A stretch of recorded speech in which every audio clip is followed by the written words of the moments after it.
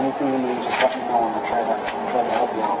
My name's Chris, and yours is Cheyanne, right? How do you spell that? C-H-E-Y-A-N-N-E. Okay. And do you have a middle name? How do you spell that? R-A-N-A-E. R-A-N-A-E. Okay. And then your last name? Harris. Okay.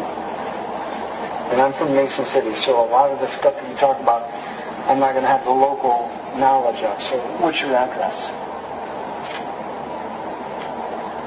Don't know. Okay. Okay. Have you lived there long?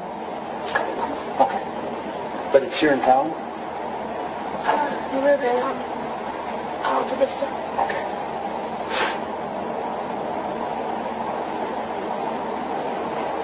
Do you have a cell phone? What's that? 641. Okay. 832-9076. 9076. Okay, what if, before we leave, I'll give you my number, and if you have any questions, you can give me a call, and I can, this way I have your number, and I can call you. Okay? Oh, your phone? Okay. Does Zach have a phone too? Different number? What's that? Couldn't tell you. Okay, you just dialed up, right? Okay. And are you guys married? Okay. It's Zachary? And what's his? Paul. What's his? K-O-E-H-N. K-O-E-H-N. Okay.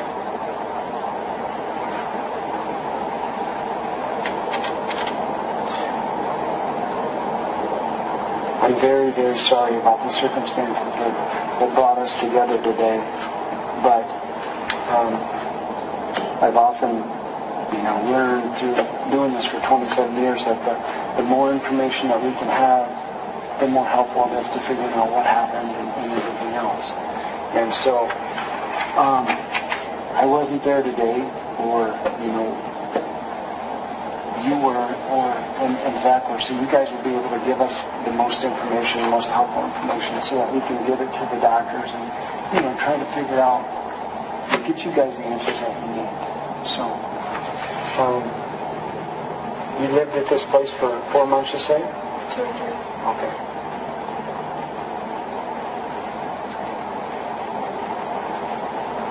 Where's home for you?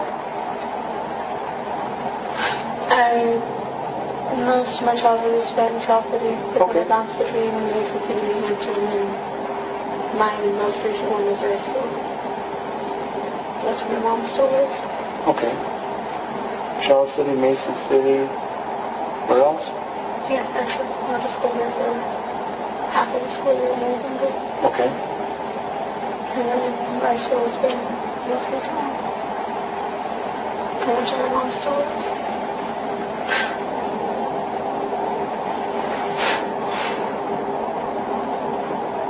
What's your mom's name? Brandy. There's a line on that. B-R-A-N-D-Y. Harris? Oh, should I hope you will.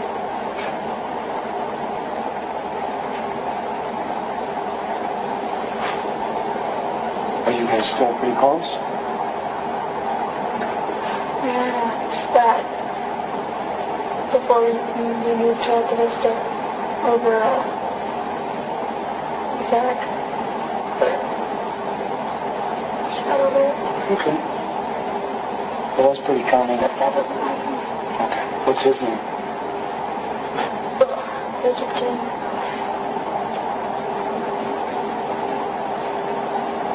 Have they been married long? Oh, they're not married. Oh, He's just more of a dad than my first dad was. gotcha. Have they been together a long time? A year longer than me and Zach, so 4 or 5 years. You and Zach have been together 4 or 5 years? 3 or 4. Oh, great. Because our oldest daughter is a year and a half. She'll be 2 in November. So you and Zach have been together for what? You said 2 or 3 years? Mm-hmm. How did you guys meet? No. My mom and dad used to ride motorcycle with him.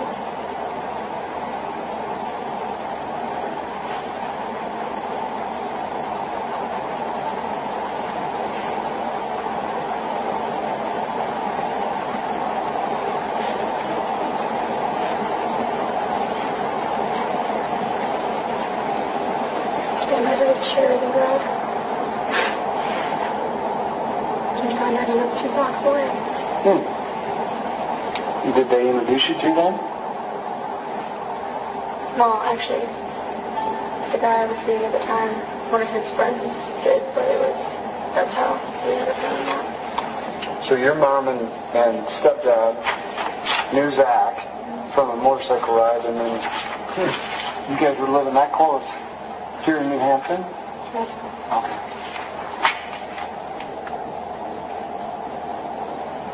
My mom called him the Mexican whose bike kept falling apart because he kept losing pieces on the ride.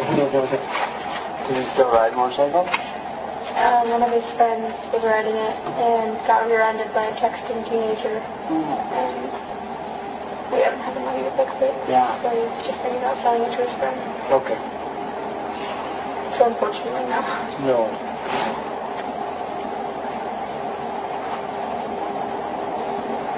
What's your date of birth, Cheyanne? February 17th, 1997. Okay.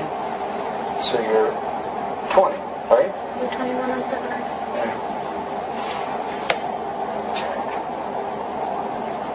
And I know you work at home because you stay at home, but do you have any other jobs in addition to that? I've been talking about getting a small part-time job for me during the day when he's home, but I don't like to bother somebody else raising my kid. Sure. Yeah. Kids.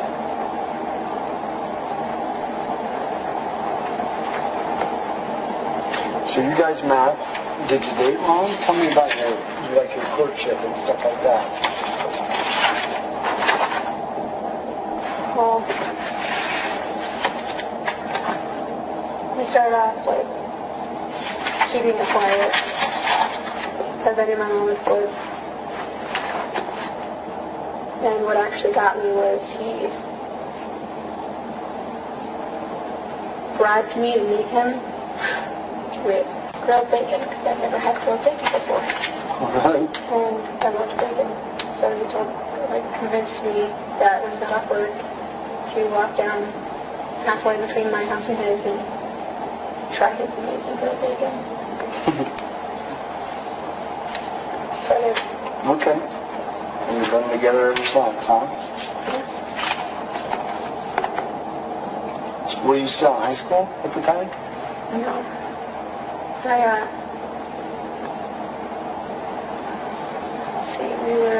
was living with my birth father in Charles City, and then I forgot North Springs.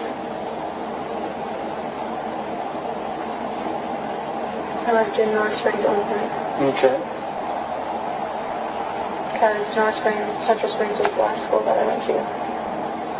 Because I went from my dad's to my mom in Mason City. And I hated the school there. And then I ended up in Central Springs. I went to school there for a year and a half or something like that. And then Mom couldn't afford rent at that place anymore, so we ended up back in Mason. And I refused to go to school there again. So I just didn't enroll. And then a couple months after we got there, Mom couldn't afford rent in that place, so we ended up living in with her boyfriend. But she'd actually only been dating for a week when we moved in with him. But that's when we moved to high school. I was pregnant with Nala. Towards the end of it, I was trying to do this,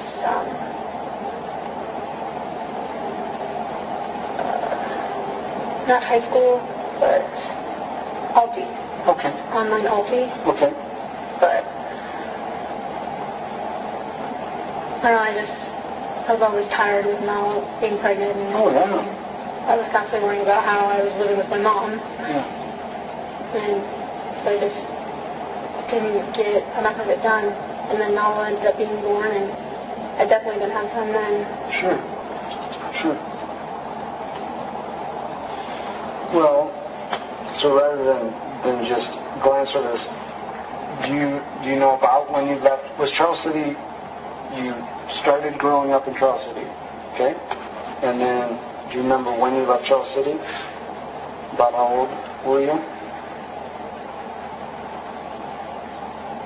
No, I don't.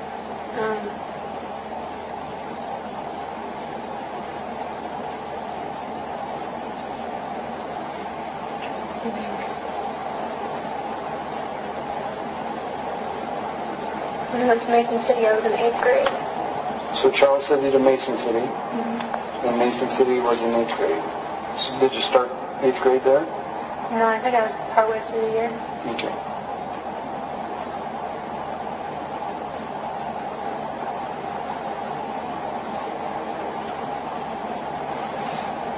How long did you stay at Mason City then? It doesn't have to be Part exact. of the year, and then we left over summer before school started, and went to Central Springs. And that's when you were living in North Springs then? Okay.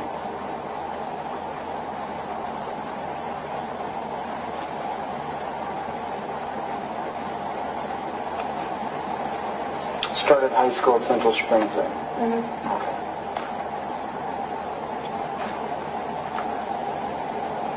Yeah, it's tough times to be moving when you're in high school. Yeah, my grades plummeted drastically.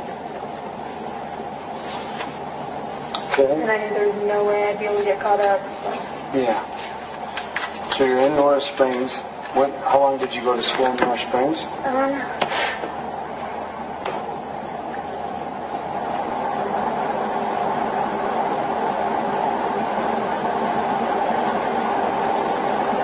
not for sure. It was no more than a year, but I don't think I even finished out the year. Okay. Because I remember when we left, there was snow on the ground because one of Mom's flower boxes got left there because they couldn't get it out.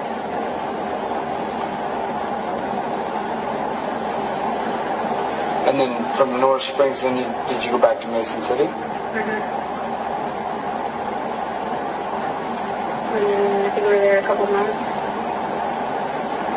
And then went to Westwood. And then I lived in Montana for a short time. I lived in Louisiana for a short time. How did you get to those places? Zach was over the road shirt. Oh, okay. In Montana, he was a cattle driver. We actually got stuck in Louisiana because he got fired on the spool. The fuel card got shut off. And he was reefer hauling when that happened. And then while he was there, he was hauling wide loads.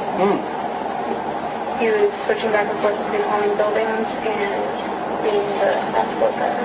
Okay. And then we came back here to have Sterling. And I just stayed because the job wasn't very good there.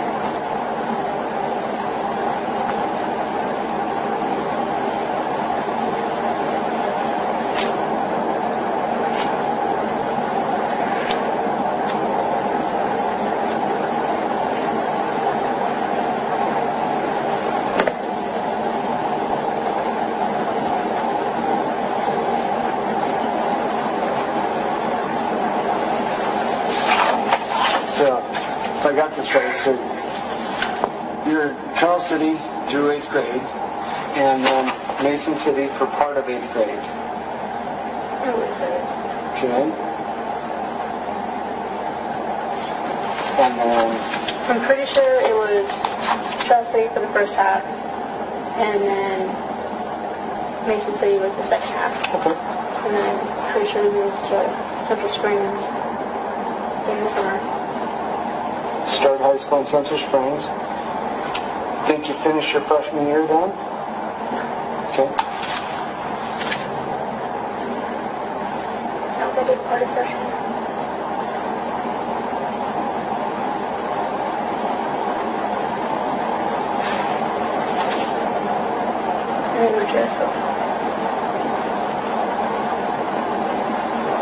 No. Mason City? Yeah. Mason City for a couple months, and then your mom moved in with Richard in Riceville. Okay. Richard and his daughter. What's her name? Who? The daughter? Oh, she doesn't even live around here. Okay. So you stayed in She turned Riceville? 18 and moved to Kansas. Oh, really? Yeah, come on. You stayed in Riceville for how long? With them? I don't know. Because I lived with them for a while, and then we had Nala. And then I moved in with Zach. And then I ended up bouncing around, and we moved to Montana. And then we both ended up living in... I was pregnant in Montana. We both ended up moving in with my parents for a while because he was jobless. And then he found a job, and I ended up back at his place. And then I ended up in Louisiana for a short time. And then he came back, and I was living with my mom, and he was living with my mom and struggling as well. Wow, you've moved more than in your short life. The last couple years have been kind of... Yeah. So, okay, let me try to get all this down. So you lived with Randy and Richard and their daughter, and then you had Nala. What's her birthday? November 8th, 2015. Okay. And then we moved in with Zach. And where did you guys live? At his place a couple blocks away. Here in town? Not Riceville. Okay. Oh, my God. Oh, okay, yeah, you told me that. All right. All right. And then from Riceville? We ended up in Montana for a short time. Which was actually me staying with one of his relatives. Me and Nala staying with one of his relatives. And he was on the road like a week at a time. Okay. Because I found out that I was pregnant again. He's trying to... We were actually supposed to settle down in Montana. That was our original plan. But then I ended up back home for Christmas with Nala. And we were going to go back after Christmas, but he ended up getting fired or something. It was a ridiculous fire. Like, there was a guy waiting at the spot. And he was 3 hours away from Riceville, is where he went to go get unloaded. And a guy drove 4 hours and had been waiting there for an hour to bring him pick up his truck. And his boss was like, yeah, by the way, you're fired. And it was 2 weeks before Christmas. And so we ended up staying with my parents for a while. And then he got a job, and we ended up in Louisiana. No, me and Nala ended up staying back at the trailer for a short time, and then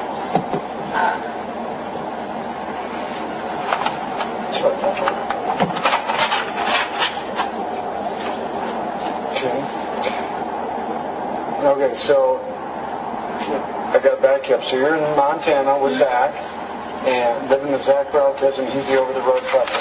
But then he had a load bringing back here, and he was fired here while you were living in... I went to my parents with Nala, and we were staying there for Christmas. And Zach was supposed to get this load home.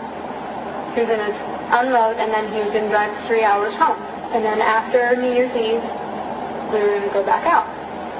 And I was going to go back to Montana, and we were going to end up settling in. But the guy had somebody else who had been waiting there an hour to get his truck. And the guy, his ex-boss, bought him a hotel for the day, and he had to stay in the hotel while I had my mom and Richard drive me and Nala all the way to 3 hours to get him our 2 dogs. Did you truck with the dogs then? What kind of dogs do you have? We have a blue heeler. He's one heck of a dog. But we had a blue heeler German Shepherd mix. That was my baby. Okay. But when we ended up in Louisiana, we had the dogs. but I took a plane home with Nala to have Sterling. So the dogs couldn't come with me then. Sure. And actually Zach was supposed to get a plane closer to, came 2 months before Sterling was supposed to be due. Mm-hmm. And Zach was going to come a couple weeks before he was due. And because Nala was a week early, so we were figuring he'd be in that area. And, but I was not happy with the job that he had, because the guy was screwing us royally with money. And he knew that. And I don't know if it was the fact that he knew me and Nala were in a place that was like stable and he wouldn't have to worry about us trying to find a way home and stuff, or what, but he finally decided to leave that job, and he ended up taking a train back, and one of his relatives that lived in town took our boys, but my dog was big, but a lot of puppy, and they were older couple, and his dog, he's older, very well trained, listens really well, so we couldn't get out there in time, and they ended up having to give him to a new home. Which really sucked for me because, well, he was my baby and he's the only dog out of the two that actually likes playing with Nala. But, so we ended up, one of his friends went out and got Leo recently, and he's staying with one of our friends nearby now. Oh, that's trucking this afternoon. Okay.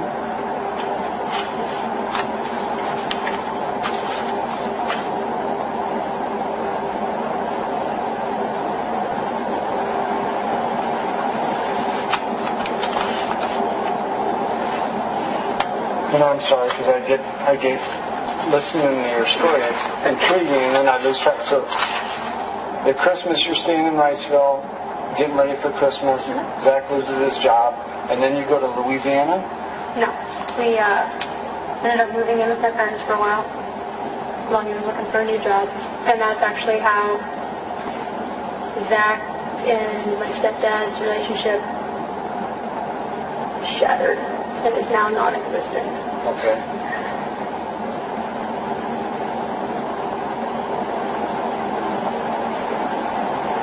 What's the reason for that, do you know?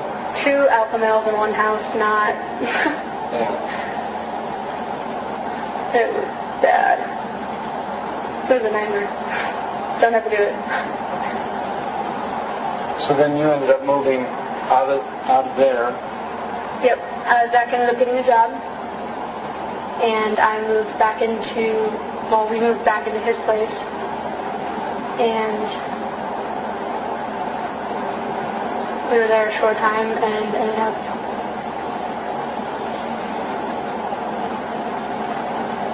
getting stuck in Louisiana. Luckily we had friends nearby that were within the gas tank limit. How does he know people in all these different places? I think that's just his chance. He's ex-Mennonite. Okay. So his family's been tons of places. His family knows tons of people out Really? here. Okay. Huh. Yeah. When did he leave? That's actually who's going to end up helping with all this stuff, I think. Yeah. When did he leave the Mennonites? A while before he met me.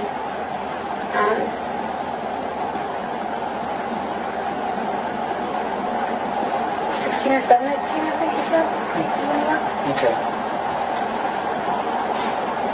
Went off on his own.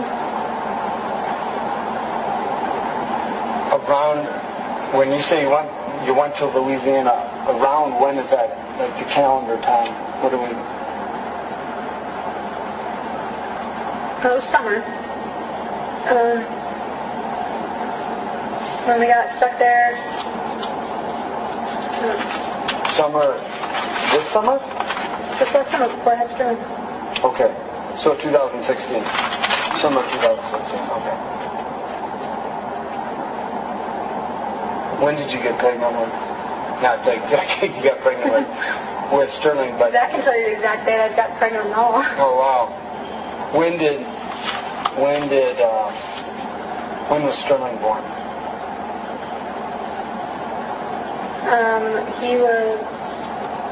We were in Louisiana, and I got shipped back here 2 months before he was born.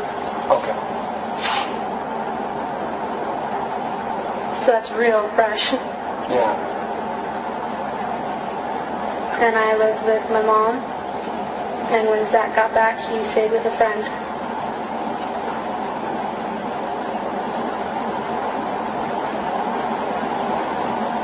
And he got this cow hauling job.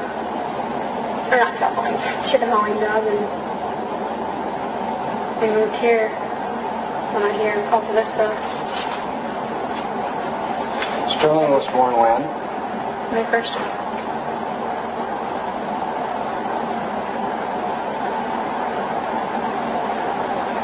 Were you living with your mom at the time that Sterling was born? Okay. I'm getting this. Getting the hang of this.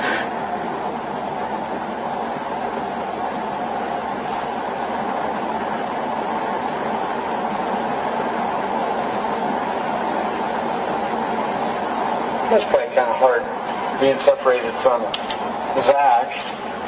I hated it, and Nala did too. Oh man. She's real hardcore daddy's girl. Mm-hmm.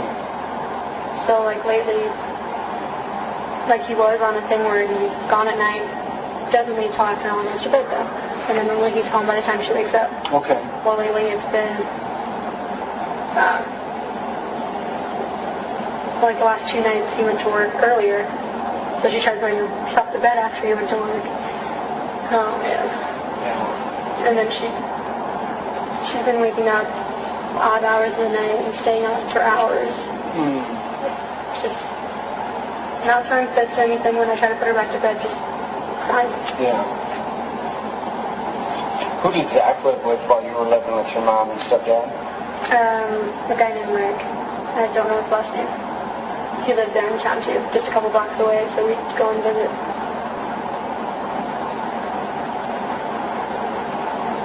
That's actually where I had Sterling. Really? In his bathtub.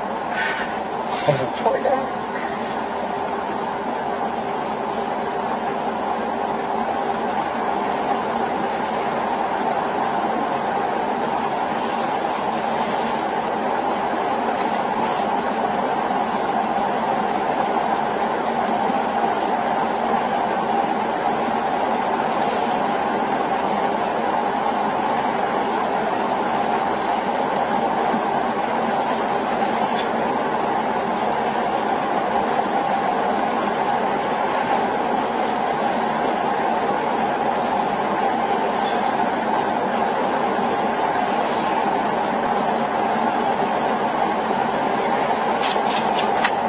Tell me about Nala.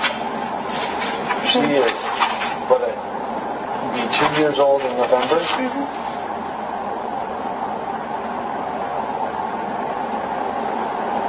You say she's daddy's girl? Mm-hmm. She was even when she was in my tummy. There was this one time we were sitting on the couch and like it was just a little love seat, but it was like I basically just grew in my tummy those pregnancies. And he was sitting on this side and he got up to get something and he sat back down on this side and he said that his arm was like right here and he said that he could feel her like it felt like she was trying to grab his arm through my tummy. Oh. So I knew that like I'm screwed.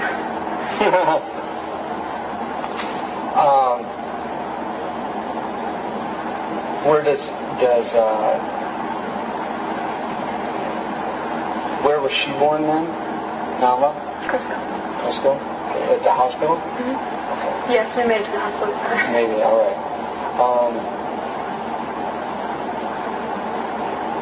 Any allergies or medical issues, anything? Not as far as we've like they've seen so far. She had to be switched to sensitive formula when she was first born. But my mom said that me and my little brother were the same way. What was the symptoms that you knew that had to go to the sensitive formula? She wasn't able to like keep it down really, and like she she'd keep it down. She wouldn't like throw it up every time, but like spit ups were more than normal, I guess. Okay. And I talked to the doctor about it, and he switched us. Because my mom was, she had an idea that that's what it was, so we tried the sensitive formula before I talked to the doctor about it, and it stopped, so we had him write a thing so that Rick could cover it. Okay.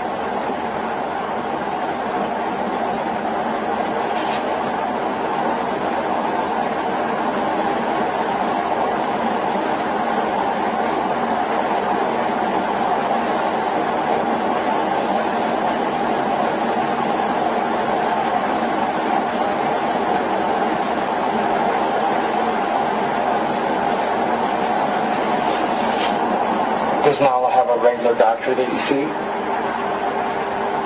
Lately, we haven't, because we've been trying to settle in with, well, move and settle in. And we've only had one vehicle and it's been having issues. My mom just got an extra vehicle. She said that he could use to get to doctors, so I was going to figure out when I could get it and get him in. Okay.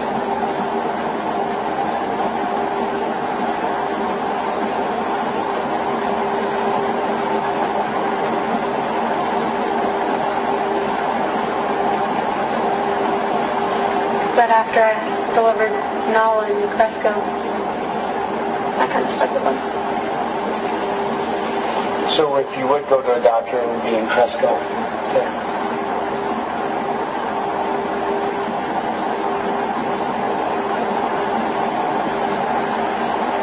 So other than the sensitive formula, no medications or anything like that? Mm-hmm. Okay. Not aside from Tylenol when she has teeth coming in. Sure. Nothing like prescribed or anything. When was the last doctor's appointment that Nala's had, do you think?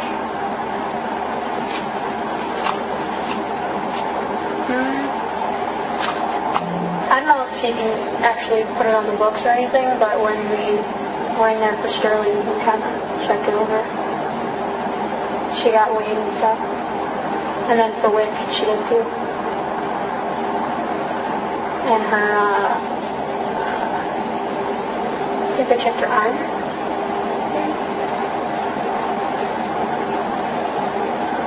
Yeah, that's what it was. When you were in there for Sterling, is that the same time as the Wick or a different time as the Wick? Different time. Okay.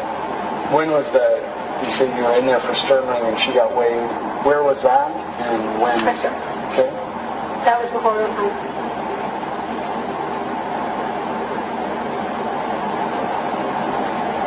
After you just delivered that? Like A week. Okay. We stayed there for a week because Sterling got antibiotics. We ended up getting transferred to Mason City, and I got 2 bags of blood, and he got antibiotics. Okay. And then they transferred you back from Mason City to Cresco? No. So you were in Cresco. The night I had Sterling, we both got transferred to Mason City that night. Who weighed you, or who weighed Nala and checked her over Mason City or Cresco? He didn't weigh her, he just checked her over. Wick is what weighed her. Okay. Weighed her and I don't know if they got a height, but I think they tried. No, because they measured her on the thing still. Because they had to hold her straight. She didn't want to lay down. And everything was good then, back in May. Okay. And then when was the Wick appointment, do you think? I'm pretty sure it was the same month. Okay. No. Yeah.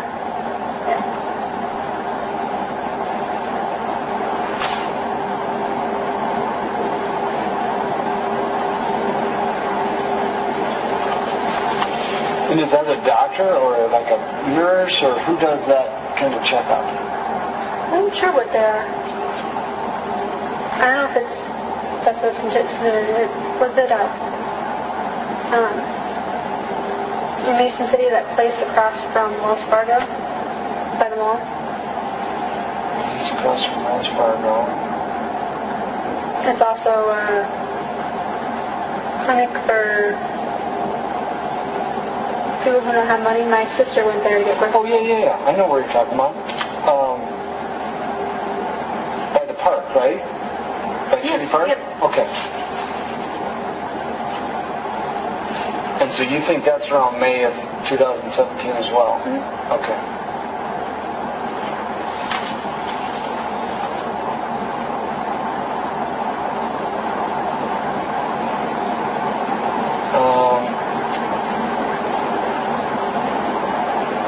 Any medical issues or anything that you've noticed since that checkup in May with Nala? Mm-hmm.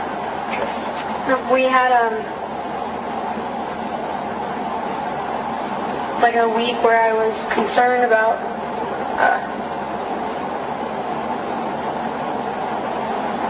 like she was having a lot of diarrhea, but she wasn't like acting like her mouth hurt, and she was running low fever on and off. But then she ended up having 2 teeth that started showing. Oh, sure. So luckily I've been lucky, and she's had like 2s coming. And the reason it was a week that time was because it was a set of her back when it's coming. She has another set coming in. Not near as bad as last time. Yeah. How does she handle it? Pretty good? She's more fussy than normal. Okay. But when it's really bugging her, she lets you know and goes like this. Oh, wow. Smart kid. She is. She's really smart.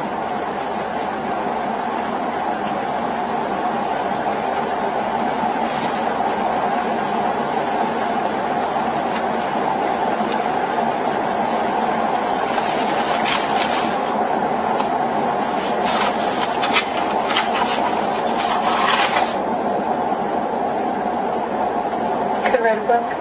Yeah, you've had an interesting life. Is like 9th grade or part of 9th grade as far as you've gone in school? Good. Yeah. You're getting quite an education in the real world. You've done more and lived more places than I have. Yeah, before I met Zach, I'd been like, I went to Colorado for a week, but that was when I was way younger, because my dad was based there. And other than that, like Minnesota, Wisconsin, and went to one of the north or south places with like that in it. I don't remember which one of those, North Dakota, South Dakota, Carolina, whatever. But went there to pick up a horse once. But never really went anywhere to sightsee, vacation. Yeah. So it was a fun experience, Zach being over the driver. Yeah, you get to see everything through the windshield. Yeah, there's a lot of awesome spots. Yeah. Now, did you take? I know you had your dog or a dog with you, and then did Nala go too? Sometimes I took her because when I was pregnant with her, Yeah. like in the semi was the only time that she would stop moving. Oh, wow. Like it just, and when I took her in the first time after she was born, as soon as that thing started up, like we started on the run, she was out. Huh. She loved it. That's nice. Zach's wanting me to get her potty trained so we can take the car seat in the semi with her. Yeah. How about you? Do you take any medication? No, after I had Nala, I did get started on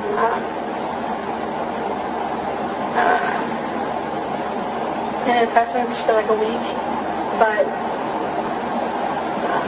I was constantly like nauseous, and a couple times I threw up, so I stopped taking them. Okay. They're making me feel worse than better, so.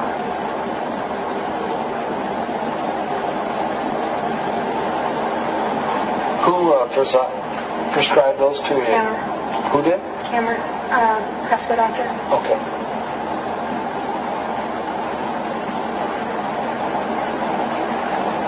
Cameron? Cameron. K-A-M-M-E-R is what the other guy wrote down as. Okay.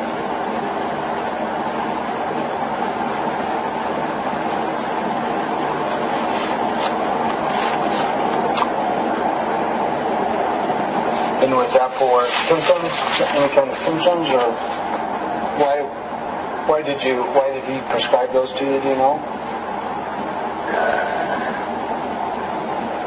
Postpartum depression? Okay. I think that's what it's called. Okay. That's what he was saying he thought it was. Because it wasn't like really bad, but he wanted to keep it from getting really bad.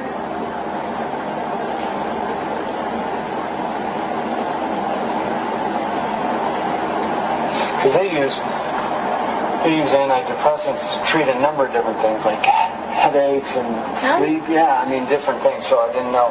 So you'd actually spoken to him about feelings. Okay.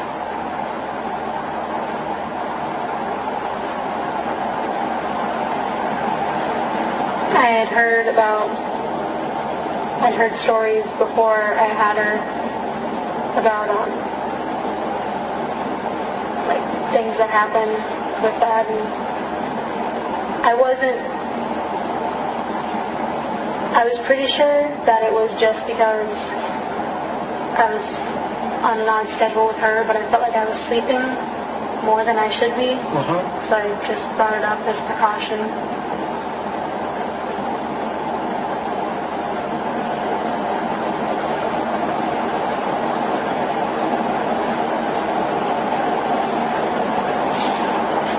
Do you remember when he would have prescribed those? I do not.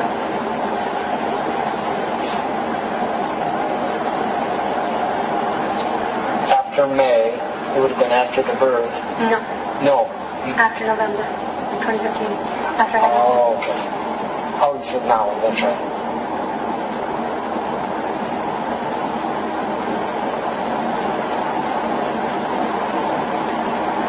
It was within the first couple months.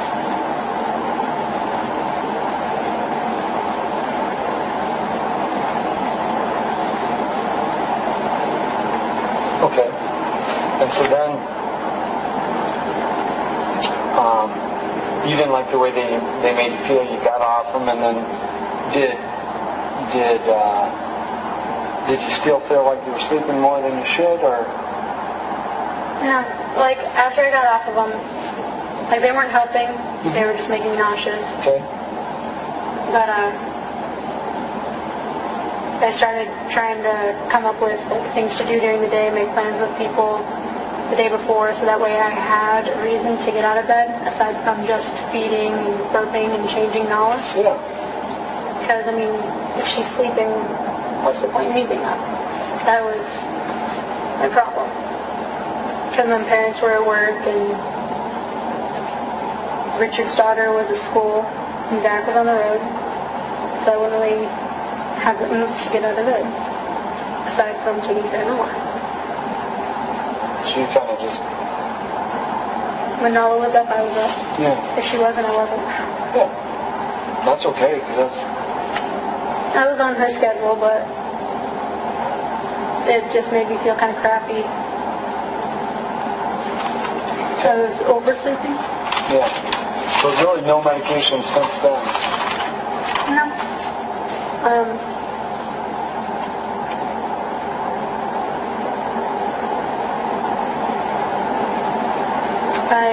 I have a problem with migraines a lot, so just Tylenol and stuff for that, but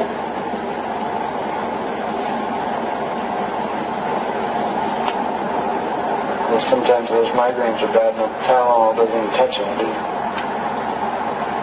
yep, I got hit by a car, like I was going across the street, and the car mirror hit me when I was 4. Ooh. And it messed up, like you can feel where the spine's all janked up, and I'm pretty sure I'm supposed to be going to the chiropractor for it. I think we just stopped because we didn't have the money for it. Mm-hmm. But I've been meaning to get in and see if they can do anything to readjust it or whatever. If I can start up chiropractor stuff again, see if that helps. But are there good chiropractors around that you know of that you could go to? I was just going to try and go to whatever one I was going to when I was younger. Yeah. I think there's one in Charles City. That's sort of one I was going to. Plus, I'm actually supposed to have glasses. That would probably help too. Sure. What are you having? Far away or close up? Like that, please use hand whatever is like a little blurry. Okay. Like the second one, I can't really read it all. Yeah, yours is just the opposite of mine. Mine's close up stuff now. I'm getting old enough that it's just close up.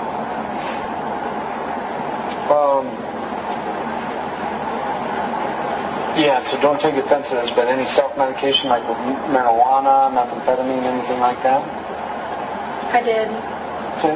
Honestly, I did. Before I met Zach, I was really, really hard into pot. Okay. But when I met Zach, he opened my eyes to the fact that it was just making my depression worse. Okay. And then I have tried methamphetamine. But like how long ago was that? Really not that long ago. Within the time that I've had Sterling. Okay. Okay. Is there any meth at the house? No. How did you try it? Smoked it. Give me a ballpark of the last time that you would have smoked meth. It hasn't been in the house. Oh, no, I'm not saying that for... No, I mean, since we moved to... Okay, so like... That's part of the reason we got away from Riceville was because we knew too many people. Okay. And when we came here, we cut pretty much all ties except for his family. And mine, obviously.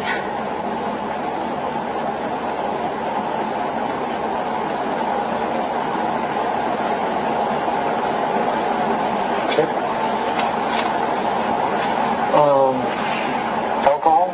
You guys drink? Occasionally. Okay. He actually used to be an alcoholic. Okay. So we try to keep it limited as much as possible. Okay. The 9 months I was pregnant with Nala is when he started truck driving, and that's the same time he started sobering up. Okay. He started truck driving, and the only time he drank was like when we came back for Christmas and he wasn't working for a while. He drank with the parents because my parents kind of drink a lot. But then every now and then when my parents have kids, we have a few drinks with dinner, and yes, I'm not of age, but it was in the house, so I didn't... Yeah. No, that's fine. About how long has it been since you marijuana?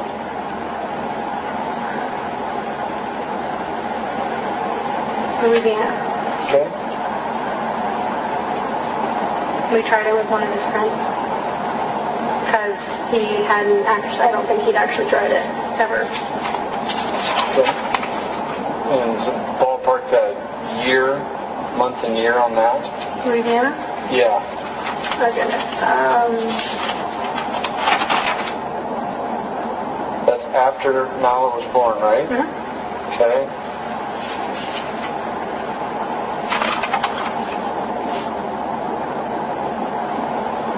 Summer 2016? Mm-hmm.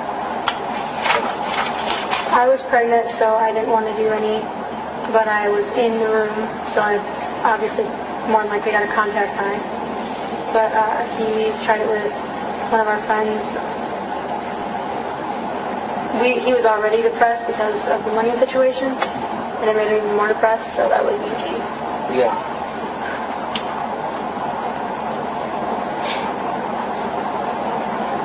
And you would be pregnant with Sterling, right, at that time? Yep. Okay. And then last time you used alcohol, roughly?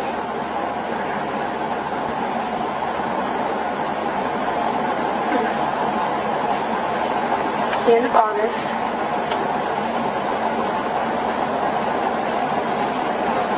think the last time we had a drink was a month and a half ago, maybe. Okay.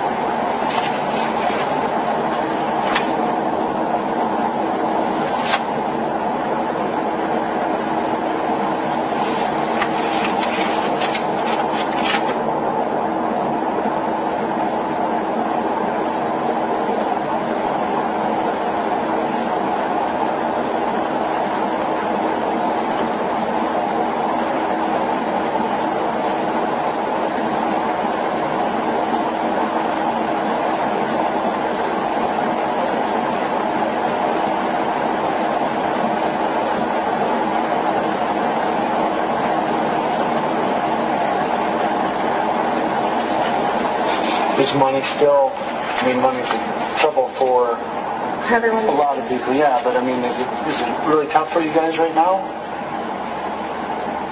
Last week it was. The last paycheck, a bunch of bills came out of it, so we didn't really have much left over, but we had enough to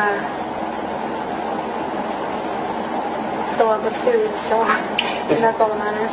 Is he working full-time? Is it considered like a full-time job? Okay. And what is it that he works for? Chicken haul. He hauls chickens from other plants to a main plant in Charles City, a kill plant in Charles City.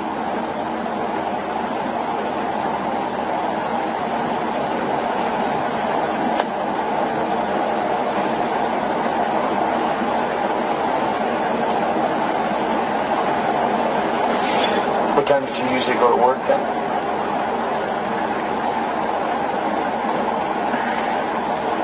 It depends on how far he has to go.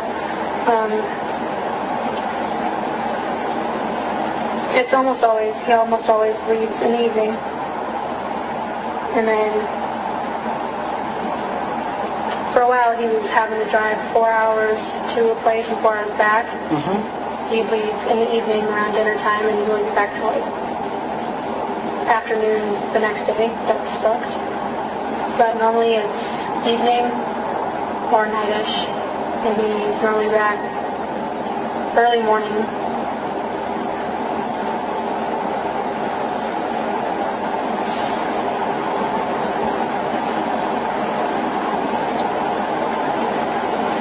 Sometimes it'll be after it starts getting late, but most of the time it's before it starts getting late out when he gets back. So you can put like a 6, 7? Yeah. So he drives all evening and... He sits a lot. Oh. He always wants to be to his destination an hour early in case he ends up, like somebody else ends up being late, and then he can load early. Yeah.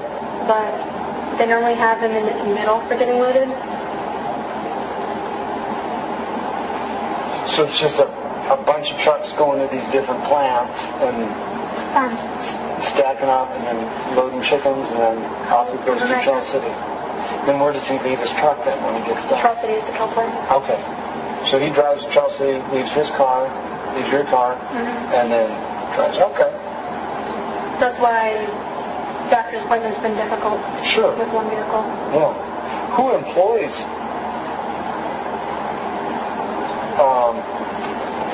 employs him then? The chicken plant? No. Nugent Nugget, I think is the name of the company.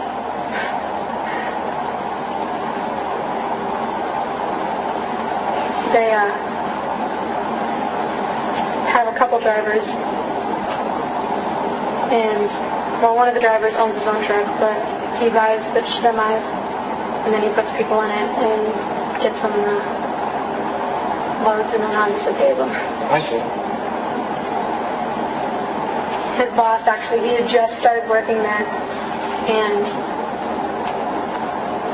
well, we didn't have a permanent location for my mom's, but I really hated living there. But he actually gave us a loan to the department. So you got to work for him. Yeah, he's very think Zach said he's actually Christian. He's a very nice man. Good. Good. About, so again, if I have something too personal to say, none of your business, but, I mean, like, how much does that make? Does he get paid weekly? Every 2 weeks. okay. So, like, roughly how much would he make?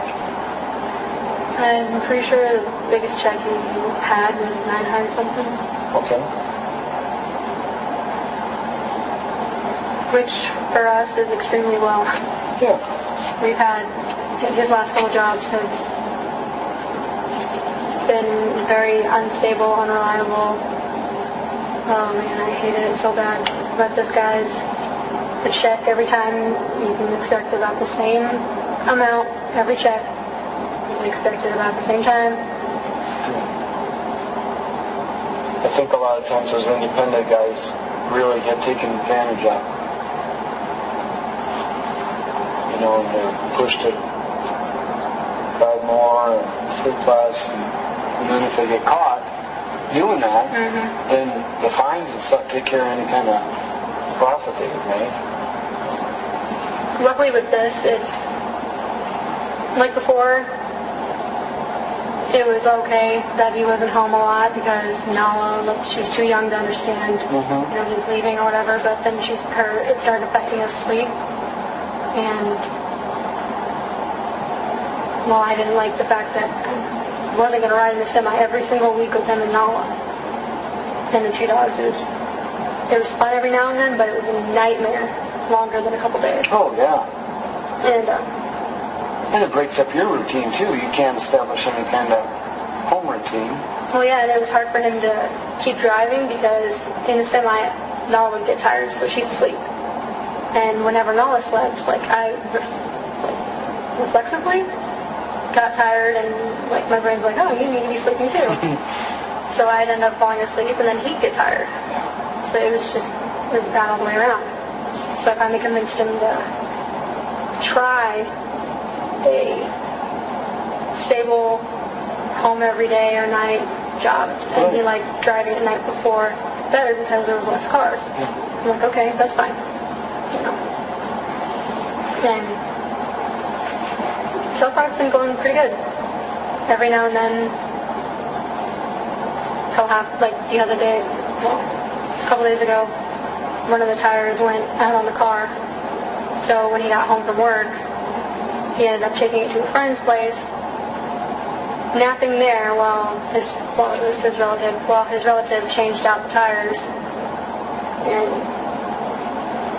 this next check will pay him for it, but then by the time he got home, he only had enough time to shower, eat, and he had to go back to work. But that's not all the time, but I was pretty grouchy. Is there any kind of health insurance or anything that's attached to his work? Do you guys have health insurance? Sure. I have Title 19, and so does Nala, and Sterling did as well.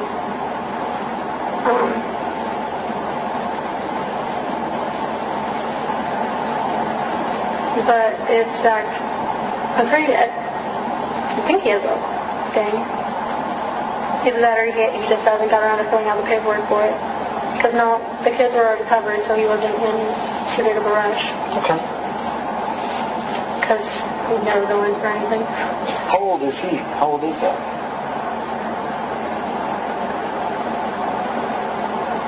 27, I think? 26 or 27? Still young and healthy. He hits 40, he can start falling off. Sometimes he acts like he is. Yeah. Start falling off.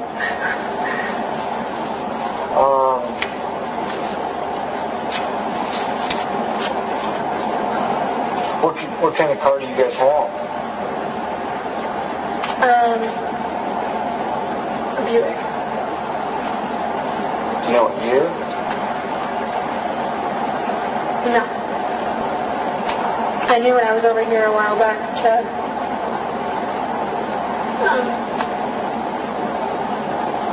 register it, but I could not tell you now. Two-door, four-door? 4-door. It's an older one.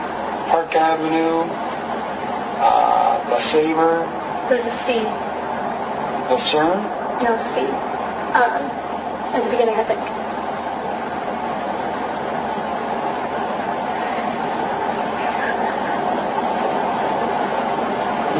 Okay. I didn't do the deal. It was put under my name. So that way, I don't know, costless, I guess? Because I only have one, I had a speeding ticket that was paid for within like the month that it was supposed to be a while back. Sure. Okay.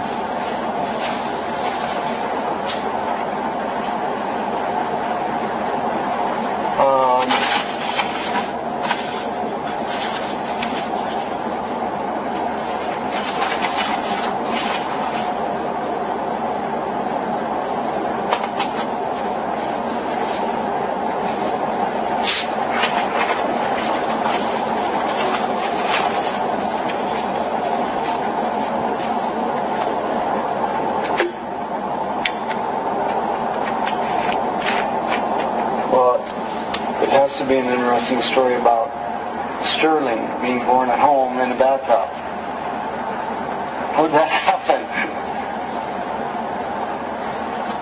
You're amazing. He came a week early. Okay. Like we planned? No.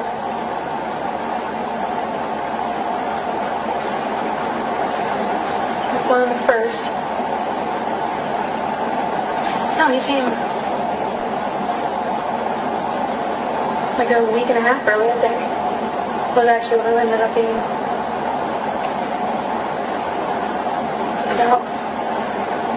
So I wasn't, like, we were planning on him being a week early. Okay, yeah, that's fine. Because Nala was a little bit early too? Okay. But we didn't think he'd be that early. And with Nala, I had contractions that actually started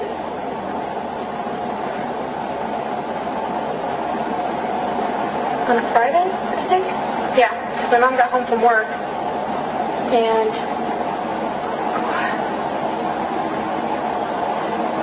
what had happened is I had to go to the bathroom. So I went to go to the bathroom, but I did not make it to the toilet. But it wasn't the first time that it happened, so I just assumed, she just happened to kick my bladder at the right time. But then I started thinking about it, because it was so close, I decided to mention it to my mom, and she flipped. And I ended up going to the hospital that night. The next morning, I stayed all night. The next morning, I started having little bitty contractions that I could feel. And they told me I was slightly dilated, sent me home. So I did a ton of things to try and get me more dilated. The contractions got a little worse. Went back to Mason City, got sent back home. Went back to Mason City that same night, got sent back home. And finally, I ended up going to the farm with Zach because he was working on the farm. I ended up going to the farm with Zach. I think I even ran at one point. Did everything I could think of. And by the time it became evening, I was having to sit down every time I had a contraction. And then I'd be good to go, and then I'd have to sit down. And we ended up leaving the farm, and when we first got to the farm, my contractions weren't that bad, and his boss at the time came by, and I don't even know, he was checking on the semi or something, because Zach was, the guy owned the semi, but Zach was driving it, and we were working on it, and he stopped by to check on the semi, and he told us about how his wife, they went to Presto, and at 5 centimeters dilated, they induced her labor. Well, Mason City sent me home 5 centimeters dilated. So I was ticked off. Wow. I'm like, okay, well, if we go in, we're going in an ambulance, with the police escort, because he, with his previous one, he said that he called in a police escort, and they sped the entire way to the hospital. But, I told him we'd call in a police escort, and I'm not going to Mason City. He'll probably send me home again. But I refused to go in until like last minute. And we got home, we got to my parents at dinner time, and my mom was like, here, you gotta eat something. You need to eat something before you go in. Zach started scarfing it down. Every other bite, I had to freeze and lean against the wall. That was with me sitting. And finally, Mom's like, you guys gotta go, you gotta go. Takes my plate, takes Zach's plate. I'm like, I don't have a bag. I end up upstairs laying on my bed while Zach tries packing a bag. The dog we had, the blue heeler, had never had an accident the entire time I'd known him. Liquid shits in my fucking closet because he was so nervous. I'm like, oh goodness. Because they sense, dogs sense when things are... He started pacing. Yeah. And like he wasn't around when stuff went down with Sterling, so I had no idea whatsoever. But so like I had that, and even when I got to the hospital, I got an epidural, and it was still like 4 hours later before I finally had her. So when in Mason City? No, Presto. You didn't want to go back to Mason City? No. Wow. I dreaded going there after having Sterling.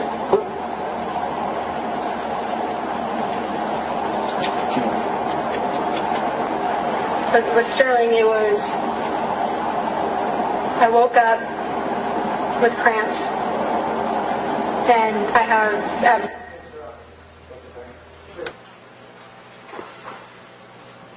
so I just figured, well, I'm a little backed up. Okay. Spend all day trying to go to the fucking bathroom. Cramps got worse and worse and worse. And I tried everything. I tried laxatives. I tried everything I could think of. And finally, I tried one last time, and pushing feels not the way that it normally does. I go to stand up, and there's a fucking bulge, and I'm like, oh my god, there's a fucking head. So I sit back down on the toilet, scream for Zach, and he comes in. He's like, what is your problem? Because he's just gotten all of asleep on the couch. And I'm like, look between my legs, I'll tell you the freaking problem. He walks back out. I started bawling, thinking I'm going to have this kid in this toilet. And he comes back in all calm and composed and starts filling up the bathtub with warm water and gets me in the bathtub. Yeah, and then all I could think of was, I need mom. She'd know what to do. Yeah. So I screamed at him to call Mom, and he gets Mom on the phone, and she starts screaming at him to call the ambulance. And I'm like, an ambulance isn't going to help. It's going to be out by then. And how I saw it was I actually had two heads before his body came out, because there was a huge ball of water that came out that hurt more than his actual head did. Wow. And yeah, Zach walked out to call the ambulance, and the ball of water came out while he was in there, and the rest of him came out but before he came back in, and he comes back in, and he's just laying, like, he came out in the water, and he just, eyes popped open, and he's just staring at me. Oh. And Zach threw towels on my chest, and we wrapped him up and waited for the ambulance. Yeah. Did the ambulance then cut the umbilical cord and stuff? Yeah. Oh, wow. Zach got to cutting all of us, but it was understandable why. That guy's house we were actually at, he had, by the time the ambulance got there, he had clamps and was heating a pair of scissors on the stove. Really? Did he know what to do? Yeah. I had no idea. This guy, starting at 18, he had over a dozen strokes that enabled him, and he had to completely reteach himself to walk, talk, everything. And people think he's just this idiot, but he's not stupid. No, it doesn't sound like it. Well, that is a story in itself. Huh.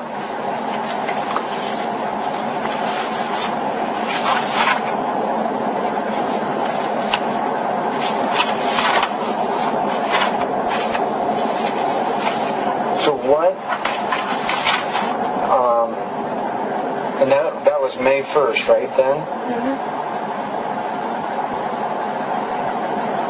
About what time? Oh, goodness.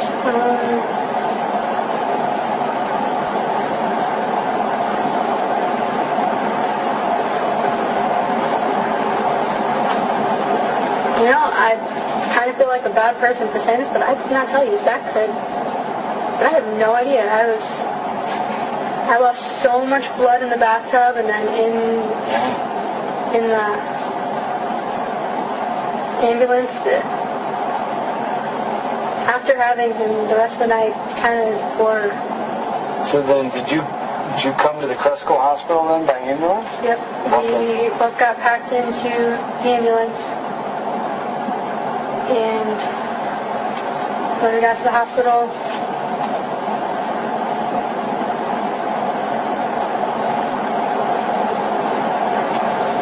he wasn't in the ambulance with me.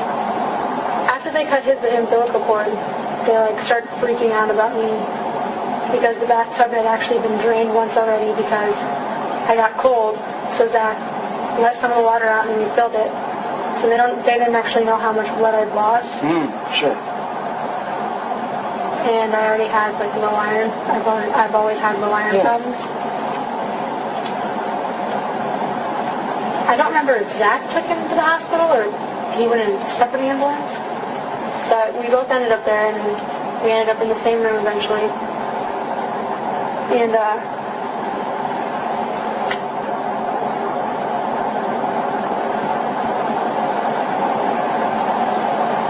were you there in the hospital for about a week then? well, we actually were transferred to Mason City that night. I had him in the afternoon, I believe. Because when we got to the hospital, he was transferred to Mason City in one ambulance in this little box thing. It wasn't actually a box. Well, I guess it kind of was. It was clear. I can't remember what the room was, but they had a bunch of monitors on it and stuff. And okay. Because of things that they were seeing at the Cresco Hospital? well, there's higher risk of lung infections if he's born at home. Okay. But they were really concerned because he was born in a bathtub, and they thought that he had inhaled some of his own feces before he was able to get out all the way. So they were just a little concerned, and he was having he had a fast breathe, but it wasn't super worrisome, and he was cooing. He was constantly cooing. So the doctor wasn't sure if it was because he was having trouble breathing or just because he was very talkative. Yeah. So they wanted to be on the safe side, and they started him on the antibiotics, and we both got transferred that night to Mason City, and he was doing really well, but they wanted to finish out the week of the antibiotics. Mm-hmm. Plus, I got 2 bags of blood pumped into me, and still at the end of the week I ended up going home borderline. I lost a lot of blood. You must have lost a lot of blood. After, I lost the blood in the bathtub, but then in the ambulance, the rest of the sac is what they got the rest of it out, and I started hemorrhaging. Okay.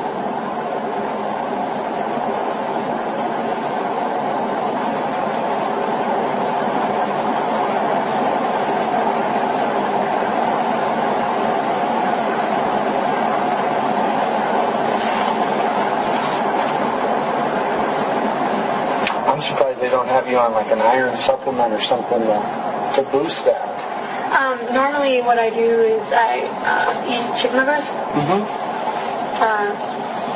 But not living with my mom. I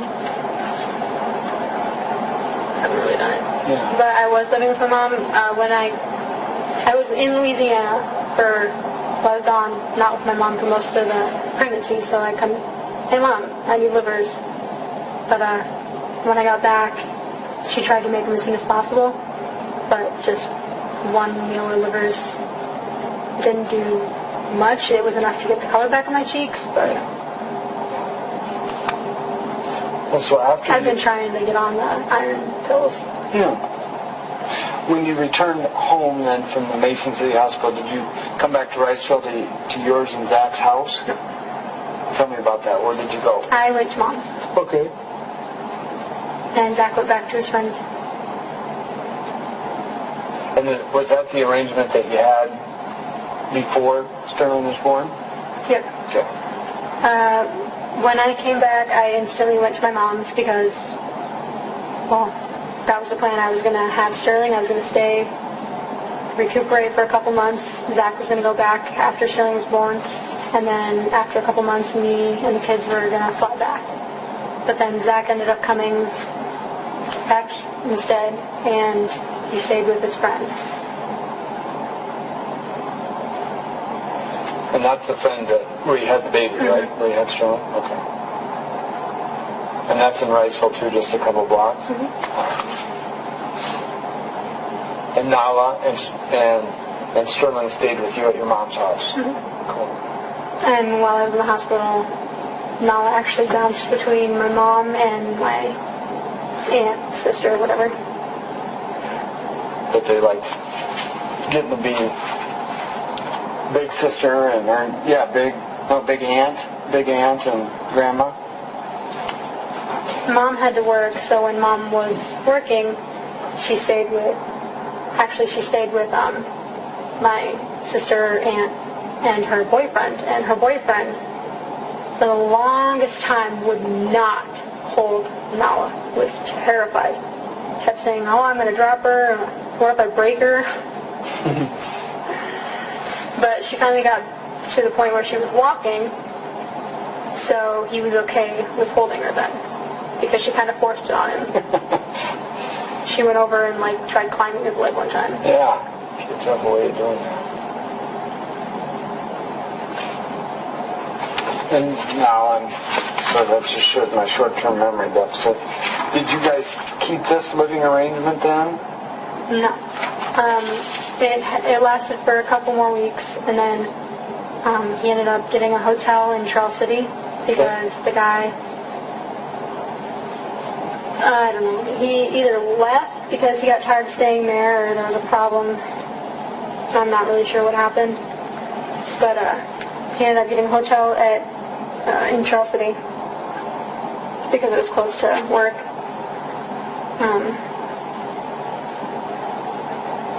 But then it got so expensive. A couple nights me and the kids stayed there with him.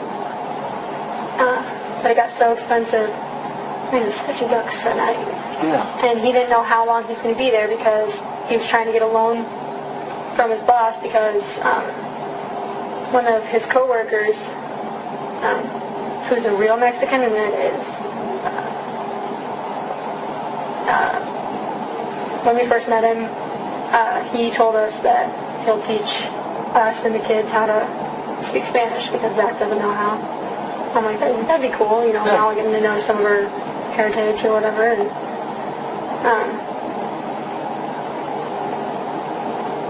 but he told him that that their boss would probably be willing to give a loan or whatever. And so I finally convinced Zach to bring it up to his boss, and he ended up getting us a loan, and we were just we wanted a place in Charles City, but we couldn't really find anywhere around there, and he found this place, and finally he went and got it. We ended up staying, I had a run-in with my parents, with my mom, and ended up staying at the hotel with him and the kids we stayed there for a week, and then from there we went to Alta Vista. Okay. And so you've been there ever since. Mm-hmm.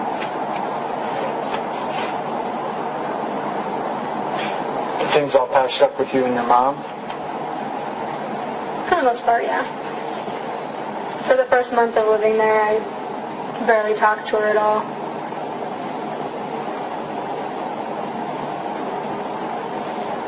But it was so weird because I'd gone from like every day talking to her, or every other day talking to her on the phone, or calling her so no one can talk to her.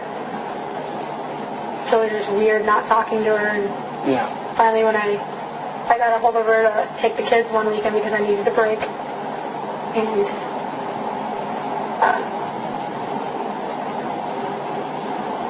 when I saw her, we spent like 3 hours. I was supposed to go there to drop the kids off, grab some of my stuff because I still have mine and the kids' stuff there, and bring it back. And I ended up being there for like 4 hours, just catching up. Yeah, good.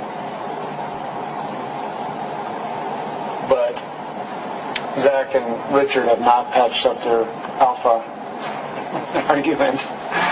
Okay. And I don't think they ever will. Yeah. Well, maybe. What's your rent at your new place?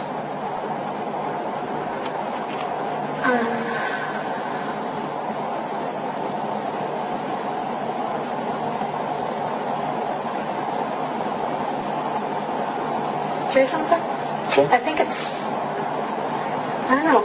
We this last month it's supposed to be $370, but we bought 2 beds from her. That were both $20 a piece, so yeah, $330, which is really good. Yeah. Like we paid $330 and then electricity, but electricity wasn't really bad either. And then what? How far a drive is that, Alta Vista to Charles City? About 30 minutes. Okay. So there are some commuting costs. Yeah. Luckily the car isn't a gas guzzler. It takes $30 to fill it. Yeah. I bet it would get fairly good gas mileage. Mm-hmm. As long as all the tires are right. Yeah. Exactly. What other bills do you guys have? Do you have any student loans or anything outstanding? He has loans in Riceville, though. Like, we're hardcore in debt with the bank in Riceville. Okay. And we're trying to slowly pay on that.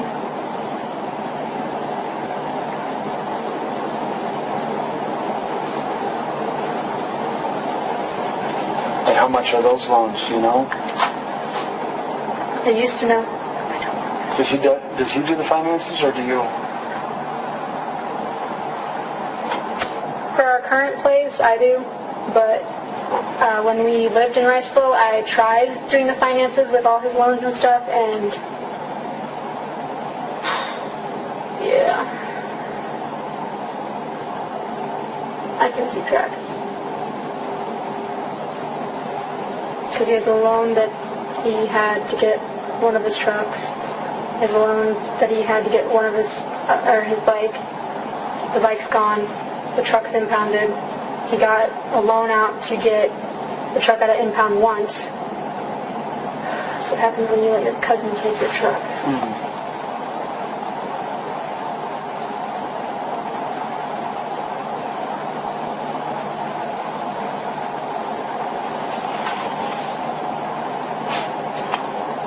Rent, community costs, the loans from Riceville. Anything else?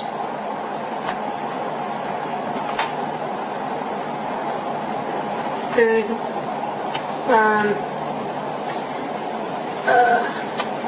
diapers, wipes, formula, milk, stuff like that.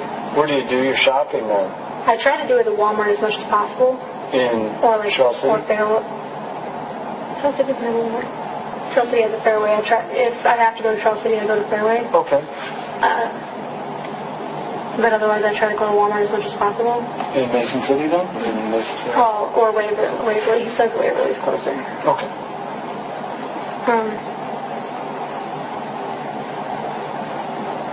But every now and then we go to Rochester because at the place we had in Riceville, up until like a month ago, we still owned it.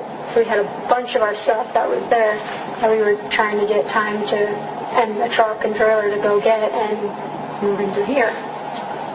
Like we had 3 dressers, a big TV, 3 couches, a bunch of coffee tables, 2 dining room tables, this big black chest that was supposed to be for Nala's stuff, or Nala's toys, 2 vanities, an antique bed,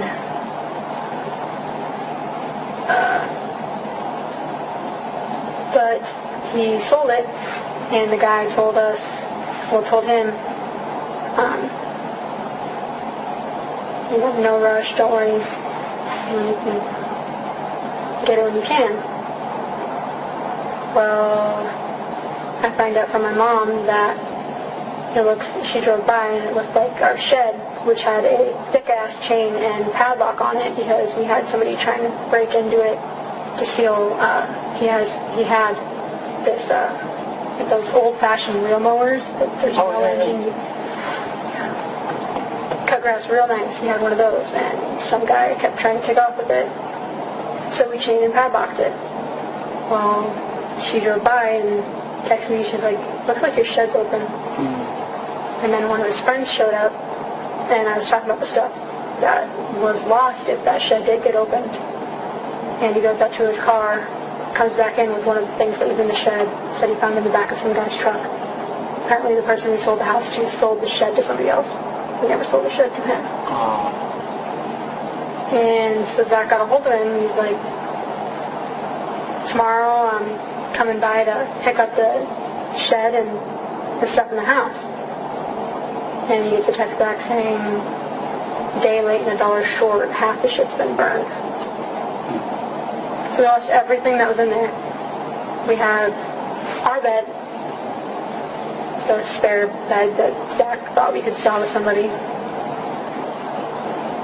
the desk, the playpen, the record player, TV, just the few things that we had bought from Savers or got from friends, and that's all we have.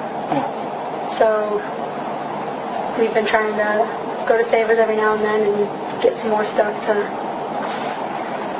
but other than that, well, and then the repairs to the car.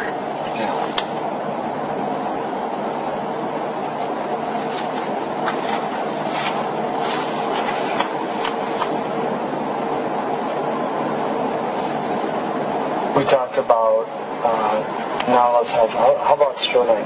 Tell me about Sterling's health. After the week of antibiotics in the hospital, we left the hospital and he still had a rasp, and he would come and go. For like the first month and a half, you had to have him sitting in a certain position to feed him because he gets so into it that he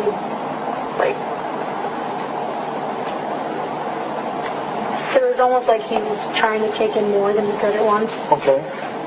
My mom said that my little brother used to do the same thing. But,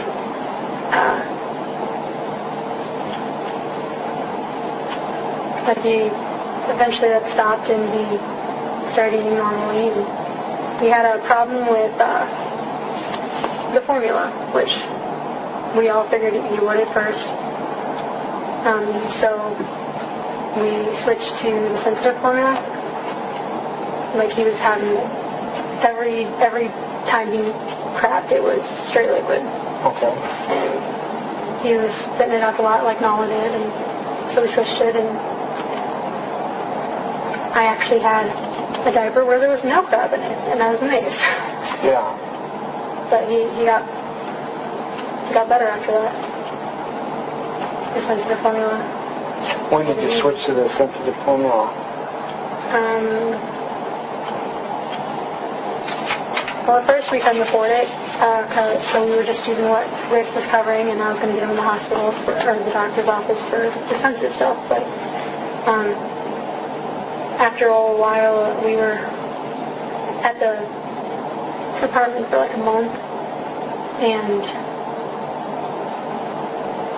finally Zach was like, you know what, we'll just buy the sensitive formula, because I wasn't being able to get him to get him into the doctor, just get it switched and whatever. So we just switched it ourselves and started buying it.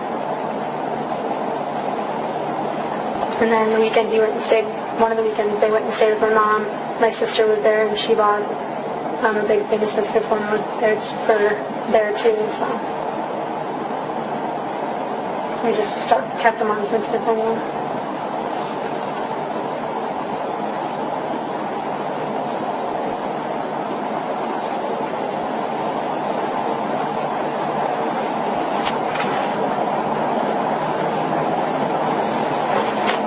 So tell me, like, the regular,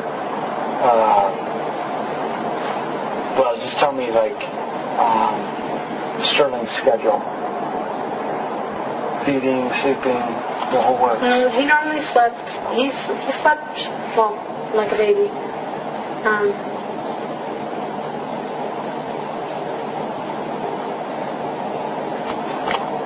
He normally was able to sleep through the night with no problem. Okay. Especially after we switched the sensitive formula.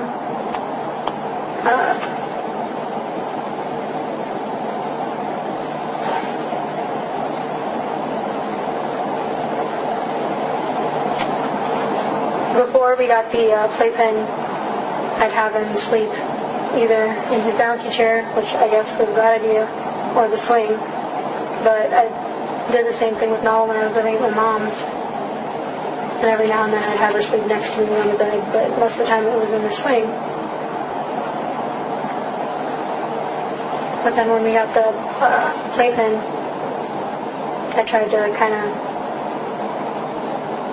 at least have him sleep on the bed next to me for a little while. Yeah. But so you put the playpen in the room next to you? Is that what you're saying? Okay. Because I tried to keep, when Nala was awake, we tried to keep them separate. Because Sterling was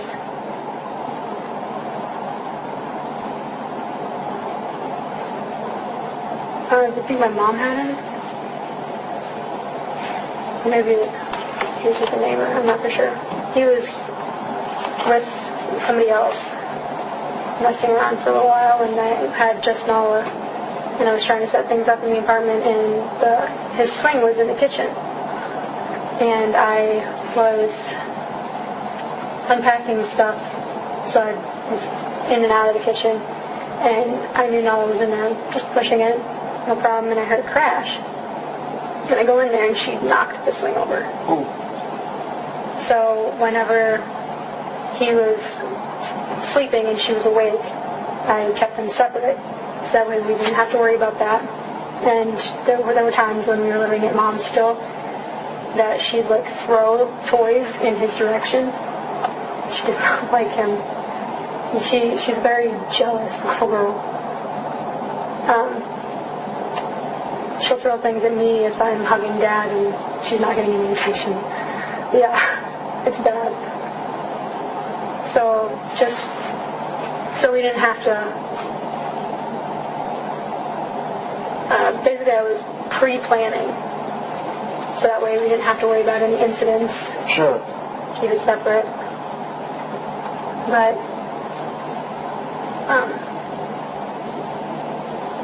I did get her to the point where she was starting to give him hugs, and she knew baby and Nala were different. There was baby. I tried getting her to start saying baby brother, but she was mostly saying baby. But there was baby, and then there was Nala. And she'd give hugs, but she'd roll her eyes while she was doing it. She would not give him kisses. No, that was not allowed.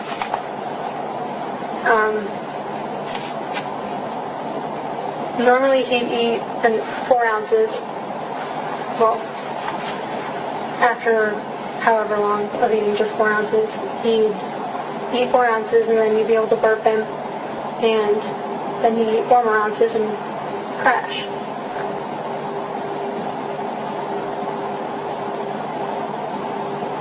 Okay. And that's that sensitive formula? Mm-hmm. What's the brand of that? We started off with Similac just because that's like what WIC does. Mm-hmm. But then I talked to my mom, and neither one of us figured there was much difference between that and any other brand. Maybe I was wrong, but we just switched to a cheaper brand that was still sensitive. And is that at the house now? That kind of... is that in the powder form? Mm. Okay.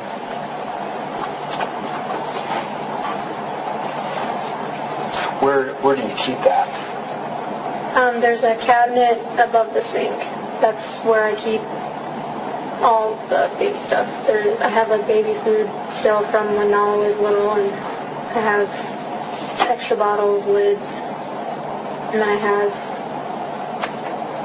a full can of... No, I don't have a full can of that anymore. I have a can of the original similar, not the sensitive stuff, and then I have the partial sensitive can. I was, after I got halfway through the sensitive can, I started, maybe that was a bad idea too, mixing 1 scoop of the normal and 1 scoop of the sensitive, because I needed it to last till Zach gets paid this weekend.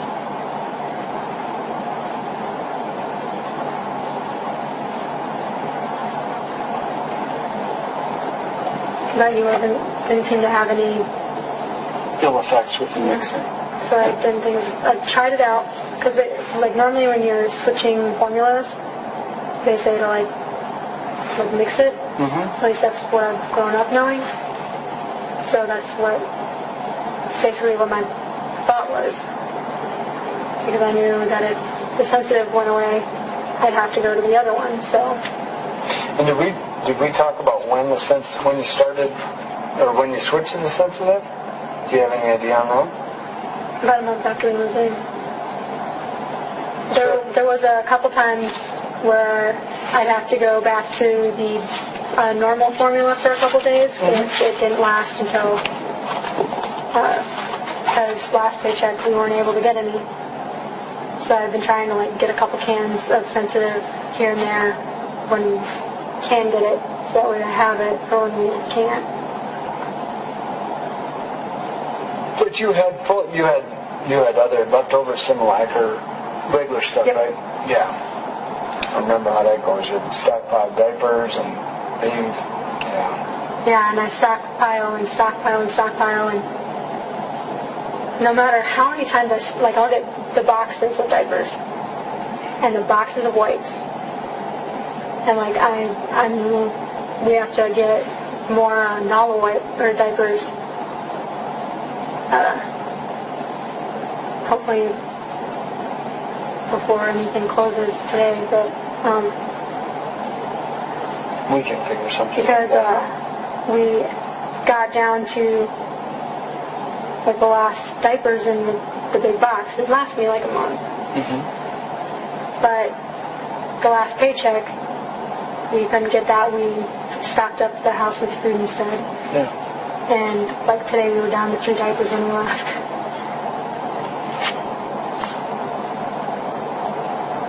How many feedings would Sterling have a day? Some days more than others. But normally it would be 3 or 4 of the 8-ounce things. Okay.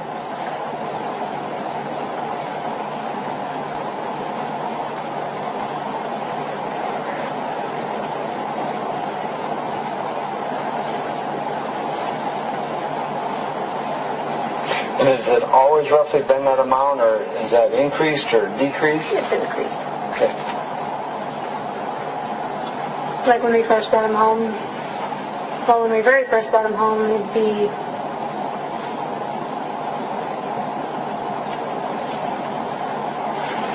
we'd fill a 4-ounce bottle,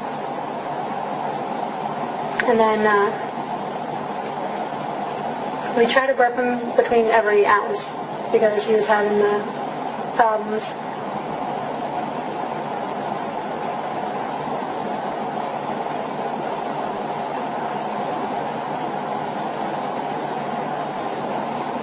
Most of the time, when I fed him, most of the time he'd eat at least 3.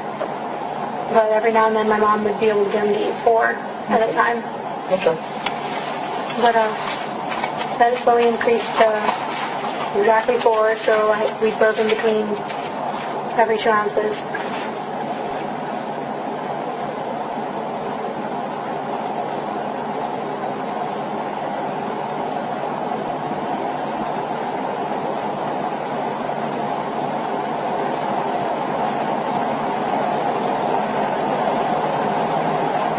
So you would say roughly now it's 4 feedings a day of 8 ounces at a time. Well, yeah, but after 4 ounces, because we only had these 4-ounce minor things, we got different bottles. They actually worked way better than the other ones. But he'd eat the 4 ounces, and then I'd have to go fill up the bottle again. So I'd burp in between every 4 ounces. Yeah. Okay.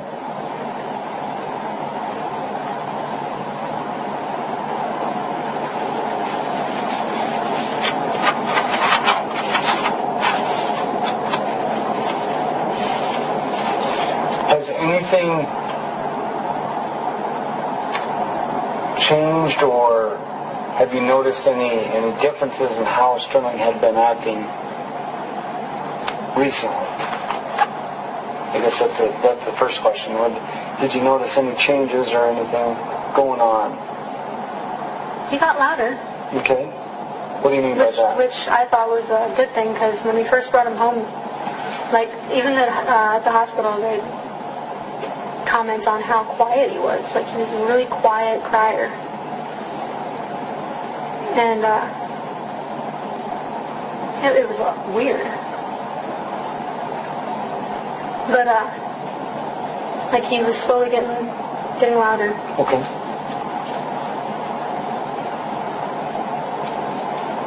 I figured, like, you always hear my mom, like, crying, like, clears out your lungs or whatever. Mm-hmm. So I figured it was meant that his lungs were getting better. Yeah.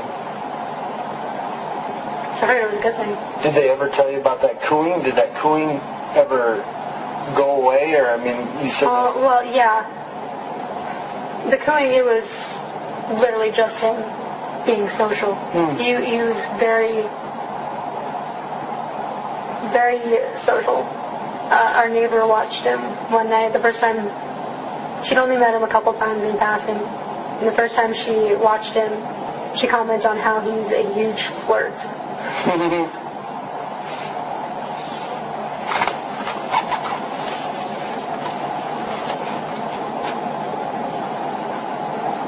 When was the last time that anybody else has watched Sterling besides you or Zach?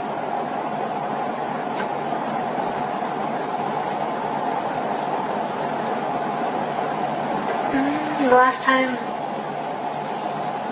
my mom watched him 2 weeks ago. 2 or 3 weeks. Because she took both the kids.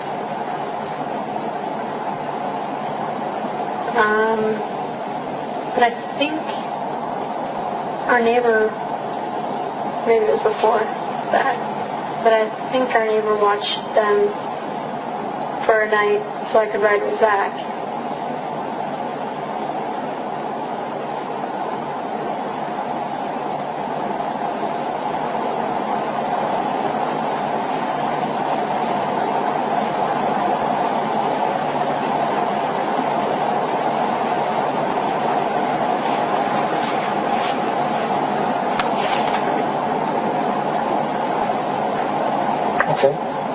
Do you know the neighbor's name? Jennifer. I don't know last name. Where does she live? And she's actually who's watching Mama right now. Okay.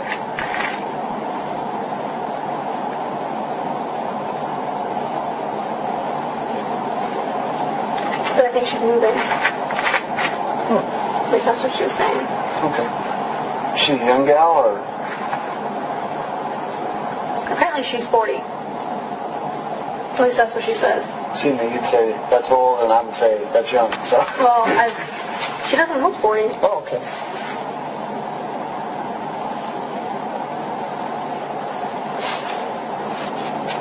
Well, let's go back and let's go back like a full 24 hours. And so let's start from like yesterday morning. Can you run me through yesterday morning in as much detail as possible?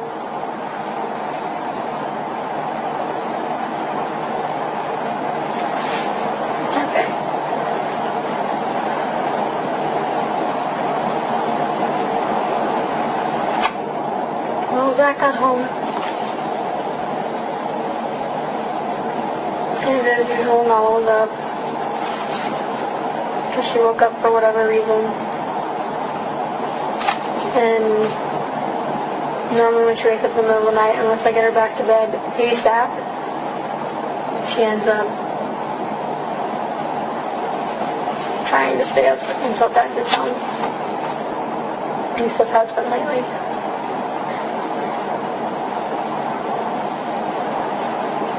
Is that what happened yesterday?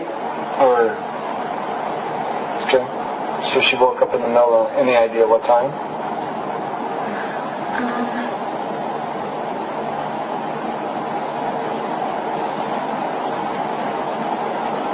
Around the time my children's drawing last.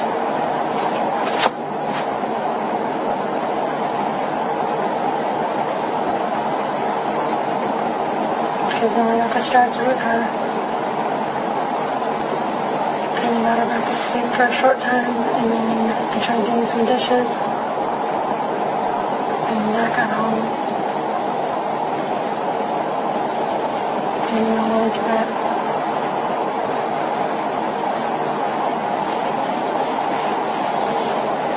And then I woke me up around noon and made her food. Okay. And then I got her settled in the living room with a movie. And I went and laid down with Zach for a minute, and then I realized it'd been a while since I heard from Sterling. But that's the day though, right? Are you able to remember yesterday?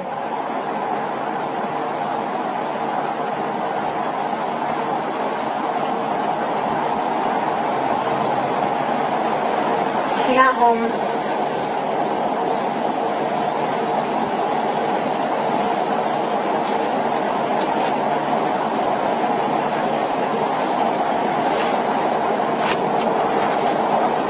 Well, we can stick with today. Yeah, so we can stick with today. So Zach gets home, and we're talking about today now. So about what time do you think he gets home today? And he would Between 4 and 5, I think. 4 or 5 in the morning? Mm-hmm. Okay.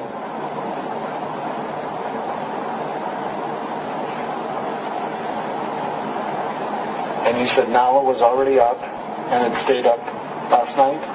She'd gotten up at some point, and she was fighting going back to sleep, and finally I laid down with her for a minute, and I got her back to sleep for, I think she fell asleep for a half hour, and I cleaned up the kitchen some and got some dishes done, and then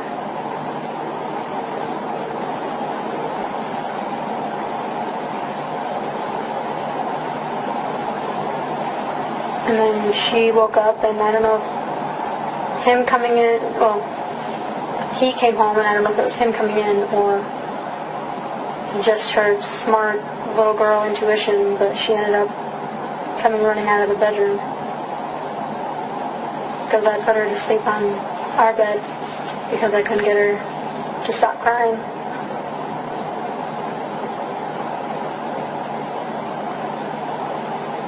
And then he made us all grilled cheese.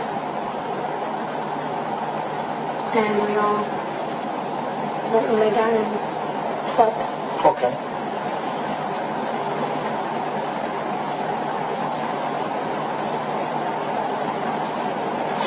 Okay, so and we'll just take our time going through this. So,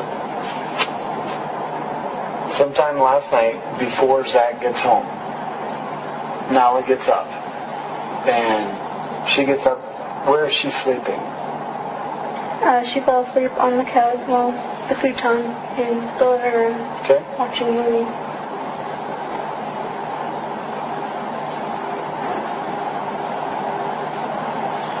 So So she fell asleep on the living room futon, at some point wakes up, which in turn wakes you up. Where are you? In the bed. In the bedroom.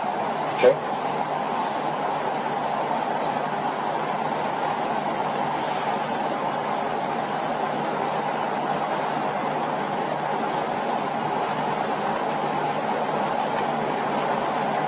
Okay. So you're in the bedroom. Do you hear Nala up and around, and that wakes you up? Oh no, she came in. I always leave the door cracked with the light in the closet on with one of the doors open so that way she can see. Okay. So Nala comes in, wakes you up. And so you take her in, you bring her into your room and lay her down in your bed then? Yeah, I let her climb in the bed with me. Okay. And so she hops in with you, and then you soothe her enough, eventually she goes to sleep. No. No? No. Okay. It isn't that easy. What happens then? Her eyes were closed. She does this thing where her eyes are closed, but she'll still like pat around for you, and she does this, like if she doesn't have a stuffed animal in bed next to her, she takes your arm, wraps it in the blanket, and cuddles that. Well, that wasn't comfortable enough, so she kept flopping around. She couldn't decide if she wanted me to lay on her arm, or her to lay on my arm, or to lay on the pillow. She didn't know if she wanted to lay on her stomach or across me. So finally, I got back up, I got her a sippy cup, and I tried laying her on the couch in the living room again. That didn't work. So I tried changing the movie. That didn't work. So I tried bringing her back into bed with me. That didn't work. So I tried the playpen. That didn't work. So I just let her go for a minute. She ended up on the couch again. That's where she fell asleep for a short time. Well, no. She ended up on the couch again. And then I knew she wasn't done being up, because I could still hear her in there talking. And she ended up back in the bed with me. I was playing a game on my phone. And she watched that and fell asleep. And then that's when I got up and did some dishes, because I figured Zach would be home shortly. Okay. And then she got back up. I don't even think she was out for a half hour, maybe, before he came back in and she was up. I came home and she was up.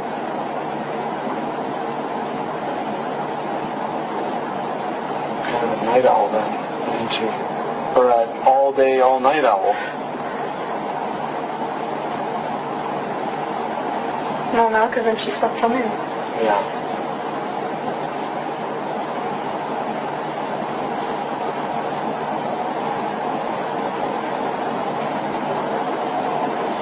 And when I used to work the overnights, it was funny because what you felt like eating after working all night is supper. It's not breakfast. So, I mean, he's making grilled cheese for breakfast, but that's totally normal when you work nights. I wasn't complaining. Okay, so if I get this right, Nala was up and she had fallen asleep on the living room futon originally. Mm-hmm. She wakes up in the middle of the night. You do a bunch of things, eventually hoping that she's going to go back to sleep, and eventually she does fall back to sleep, and she is where when she falls back to sleep? In bed with me. Okay. And then I got up to do some dishes because I didn't have to worry about her waking her up because she was on the futon. She wouldn't hear me from the bedroom. Oh, okay. So I cleaned up the kitchen some. Okay. And waited for Zach to get home. Zach gets home, she gets up again, and Zach makes grilled cheese sandwiches. You eat, and then everybody goes to bed? Mm-hmm. Okay.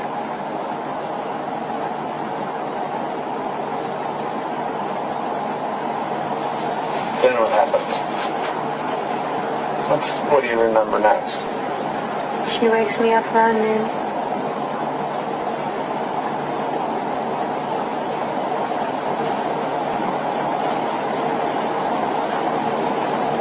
Where is everybody sleeping?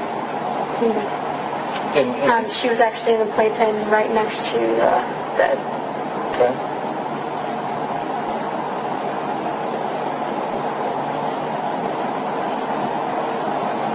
On Zach's side, of course.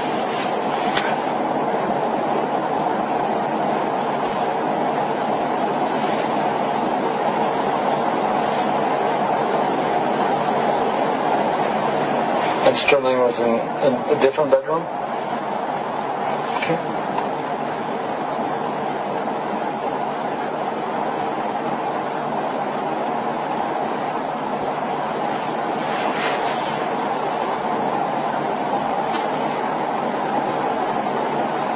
So now the wakes up around noon. What happens next? I got up and changed her diaper. Went to the bathroom myself.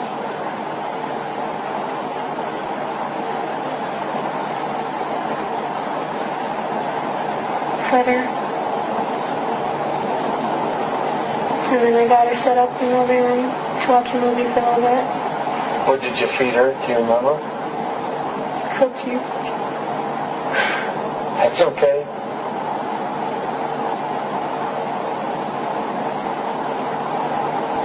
And vanilla wafers. Okay. Because I figured them to be a mix of breakfast and lunch. Did you get her set up in the living room? And then I went right down on the side for a little bit. And I started thinking, it's been a while since I heard from Sterling.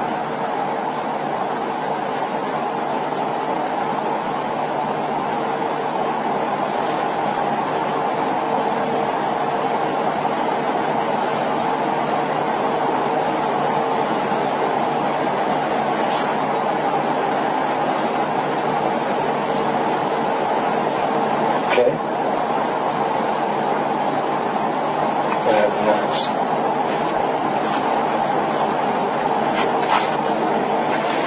I got up and found her. Okay. And then went and woke up Zach.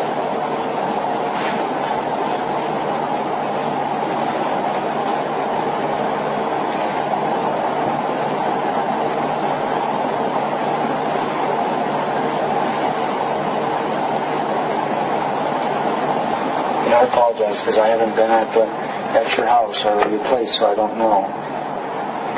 Where was Sterling? In the next bedroom in the suite. Okay.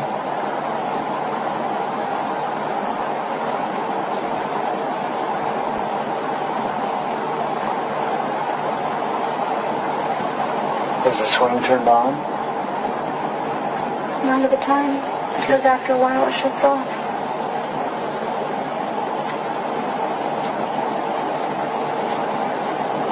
Normally I have it playing and moving on a slow motion with a little mobile, and it plays music too. Okay. So Sterling was in the swing, but the swing wasn't moving at that point. Okay.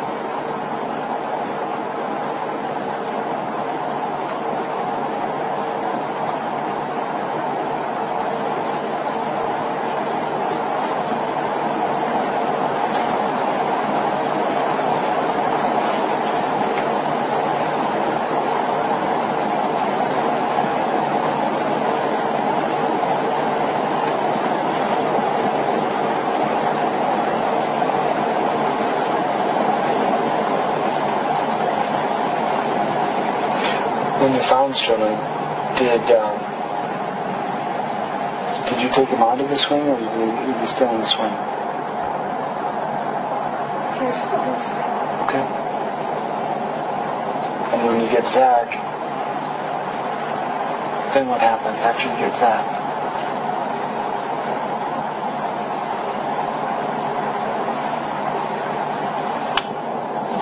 After some freaking out and having no idea what to do or say, he called the ambulance.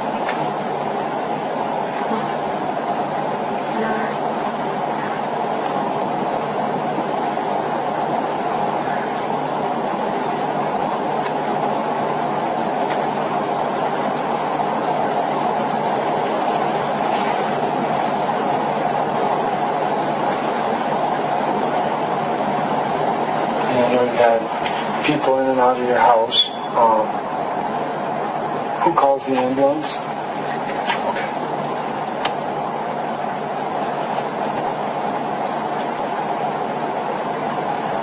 What they found, is that pretty much what you saw? Okay.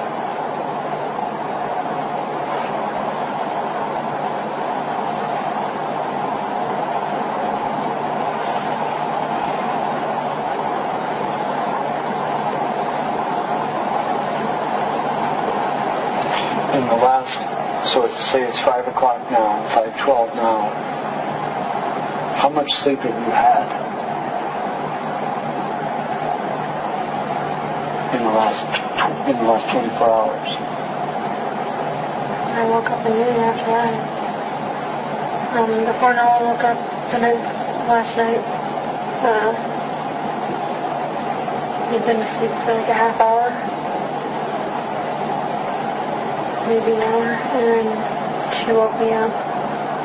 And then I stayed up till Zach got home, because it wasn't long before that I'd gotten all to sleep. Yeah. And then we both went to sleep, and she woke me up at noon.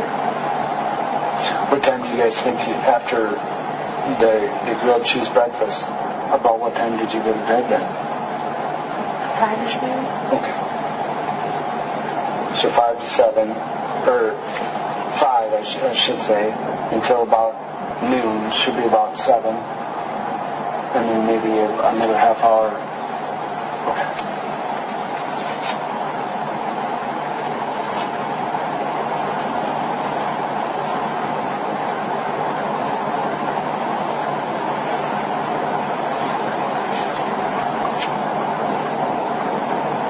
Do you remember putting Sterling in the swing?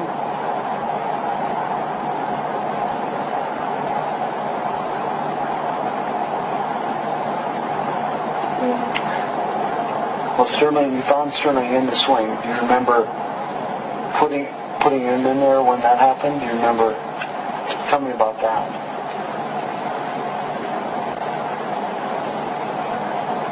Well, I had gotten him a bottle and changed him, and Noah was up, and I could hear her pounding on the door. I put him back in the swing and gave him the bottle. And turned it on and looked to see what she wanted.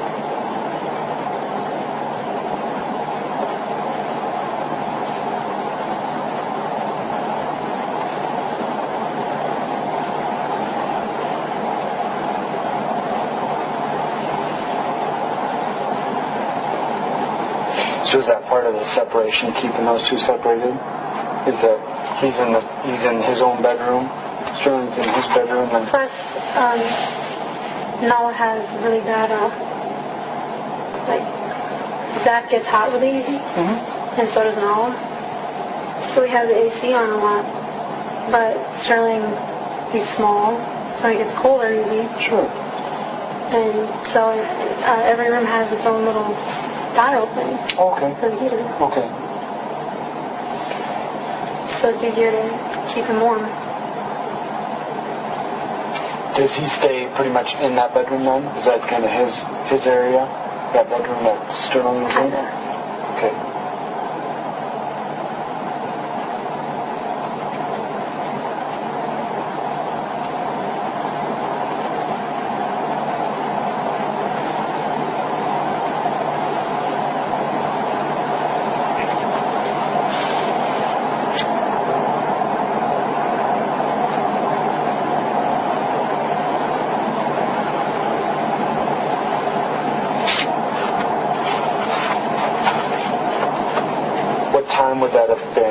Around what time would that have been when you got him the bottle and changed him, and then now started knocking on the door?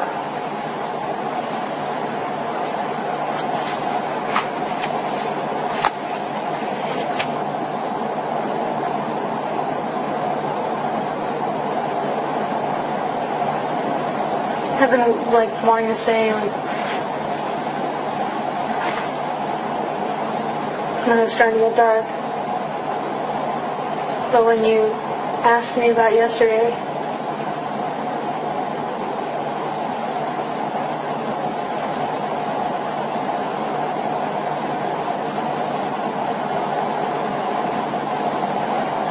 I'm honestly not sure what time.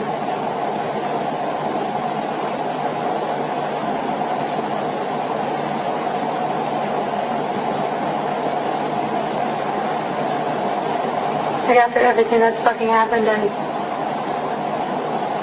all I can think about is that.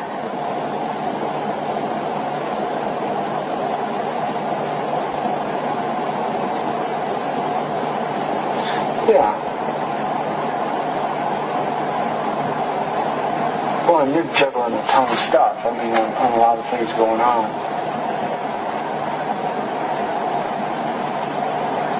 Was it before Zach went to work? I think.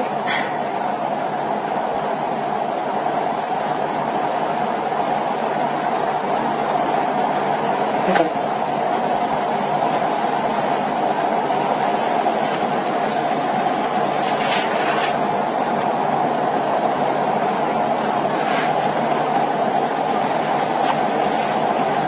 And when you're in with Sterling, then Nala gets jealous. She wants in, and so she does those knocks on the door to get your attention. And did you have to put Sterling into the swing, or was he already in the swing? He was already in it. Okay.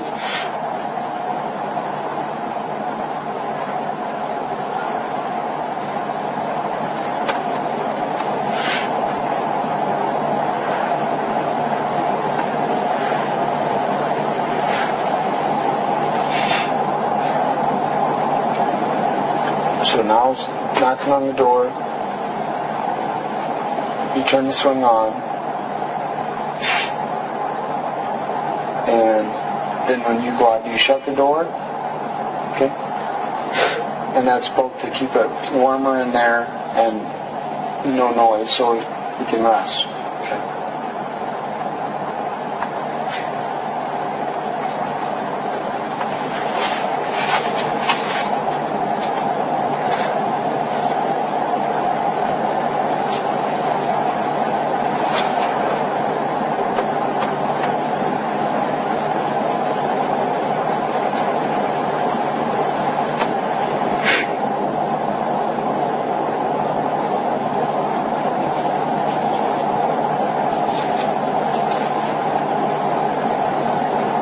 When was Zach's last contact with Sterling?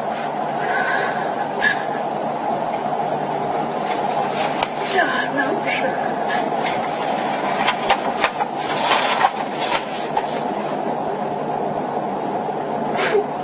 He was normally sleeping when Zach was home. Or awake at night.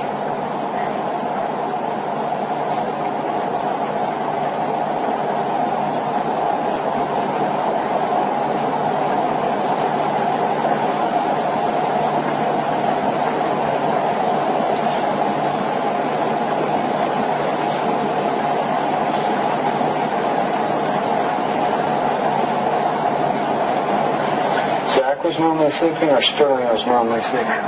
Okay.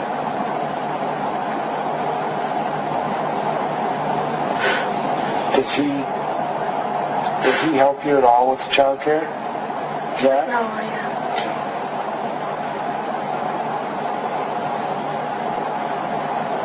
don't. When Noah was little, he'd watch her every now and then, but he doesn't have a stomach for diaper changing.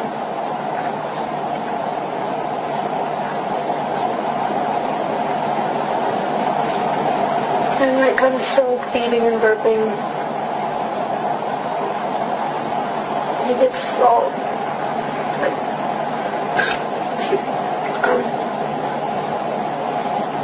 like worried he's doing it wrong. Okay.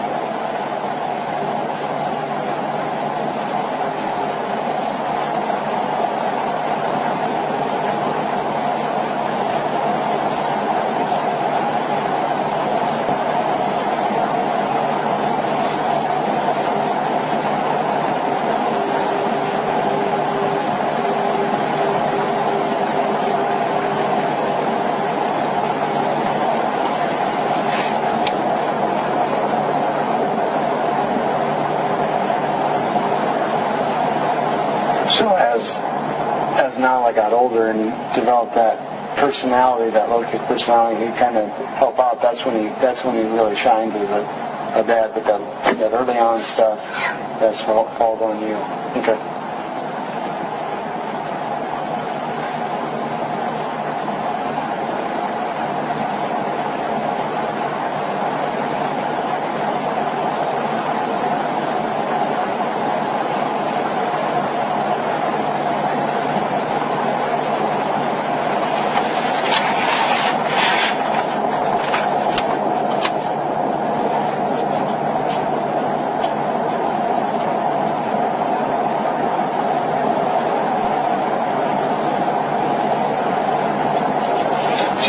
Sterling had gotten louder. He's starting to get his voice in his lungs.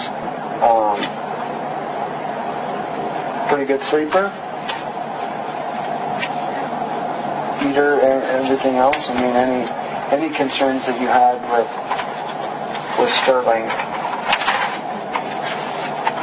Things to tell the doctor or anything that you want to... Okay.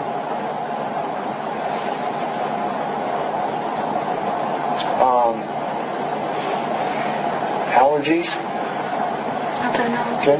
Sleep okay? How could you tell when he was uncomfortable? Sterling, what would he do?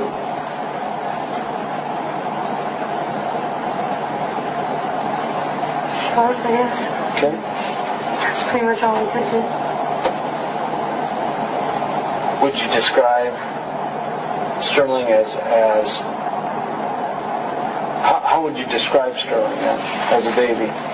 You know, there are some babies that are fussy, some that are high maintenance, low maintenance, content. He was pretty low maintenance. So was Noah. Okay.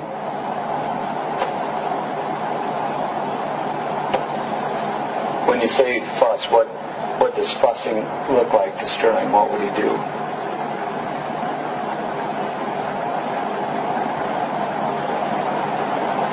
He'd wriggle. Okay. And like it wouldn't be his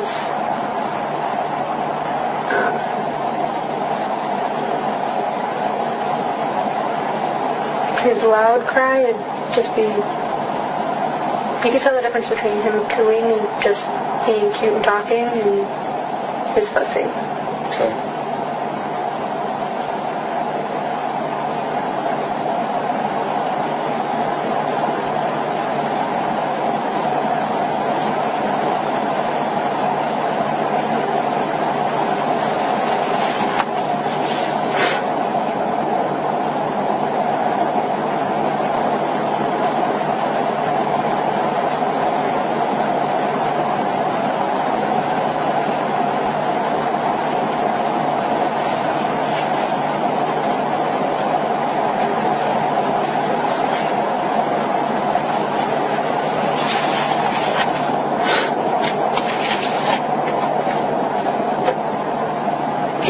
You have how many dogs in the house? One? None? No dogs in the house? No, we have his stuff, but he's staying with one of his ex-friends. Okay. Because it's not pet friendly. Okay. When the lease is up at the end of the year, we're planning on trying to get a place that is.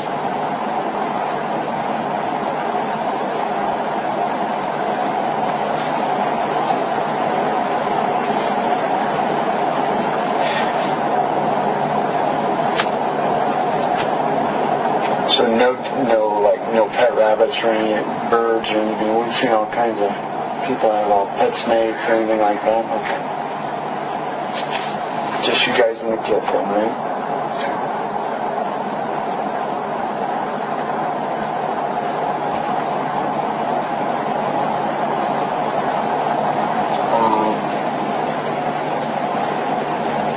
How has Sterling's appetite been the last day, couple days? Regular feedings? How's appetite? Okay.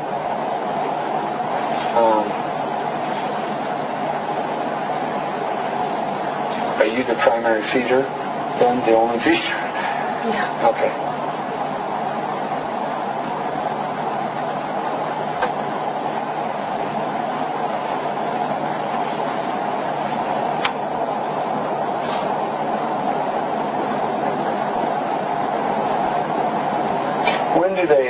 When do kids start on like the rice cereal and stuff like that? How old do they have to be before that happens?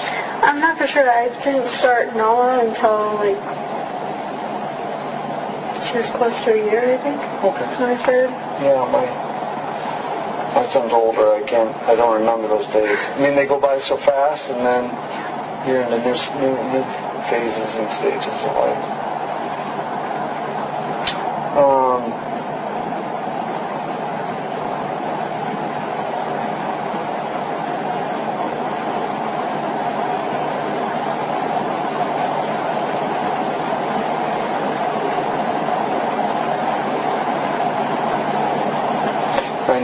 John's probably talking with Zach about his med. Does he take any medication or anything else? Okay. You guys are relatively healthy then, and all right. Oh, he's got some joint problems, but I'm pretty sure that's just from truck driving. But we want to rule out, I've had toddlers before find something and ingest it and take it in, and so I want to rule out that. So no illegal drugs in the house or no medication that you know of that Sterling could have gotten into or found or ingested. Okay.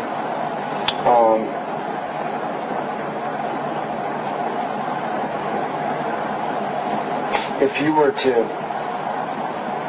predict what the doctors will find, what do you think they will find when they check Sterling? I don't know. I keep saying something about sudden death syndrome. Okay. I guess one of his friends had a kid that had that.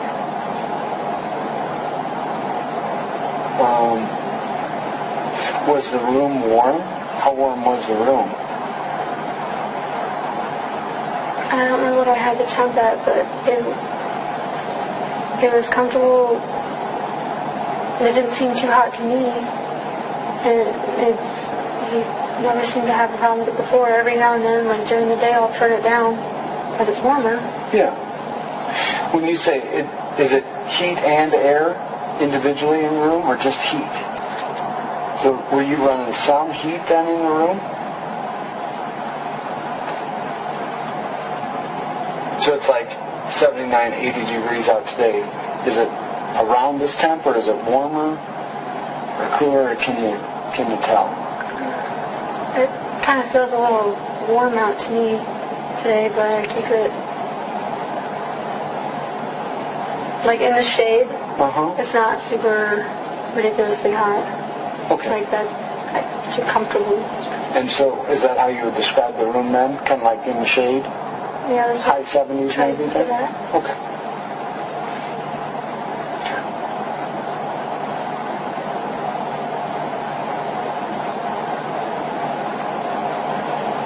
Anything that I should have asked you that I didn't? Anything that you can think of?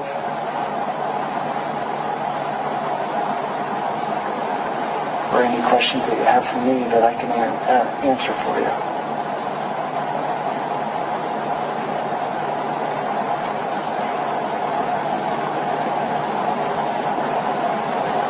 Am I dreaming?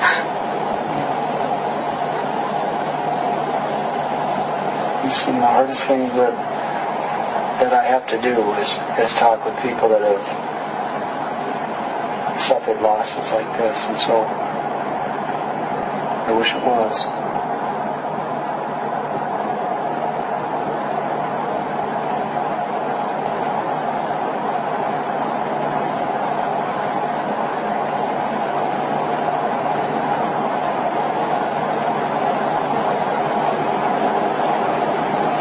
I'll let you think about that. You can make some calls and we'll just take a little break, okay? And then maybe you think of something that you want to ask me.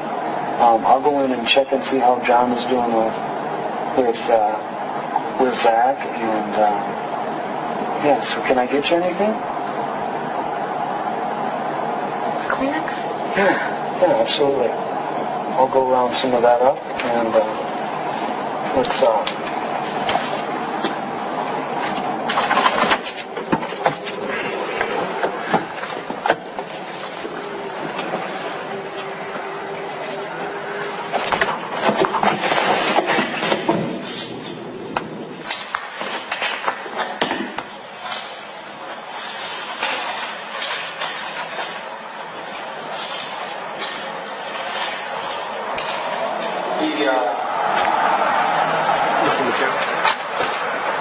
Just pause it a second if you can. Does this go right back to her then? Is it so we don't have any communication between the officers? he just stated that he's going to go talk to John, who I'm assuming is Agent Turbot, correct? Yeah. Is that going to be on the audio? No, it was a break. Okay, so they shut it off and then come back. Yes, sir. Okay, that's all I want to make sure. Yes, sir. Are you ready, sir? I am. I'm sorry for the interruption. Or Sterling, where did he say?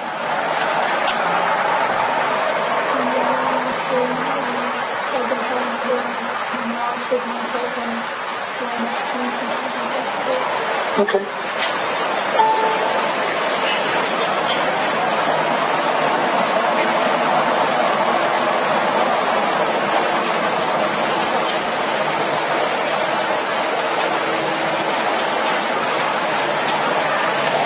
Anytime last night, since the time we put him in the swing, fed him and put him in the swing, until you found him, at any time did you take him out of the swing and have him sleep with you or sleep on? Okay. Have you thought any more of the timing of that? That's, if you can kind of ballpark it or best guess, what would you say? The time that you fed him and stuff.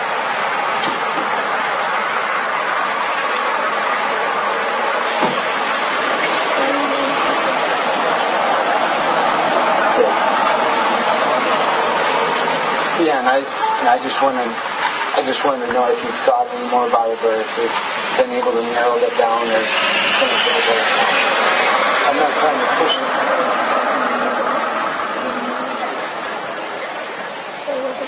Okay.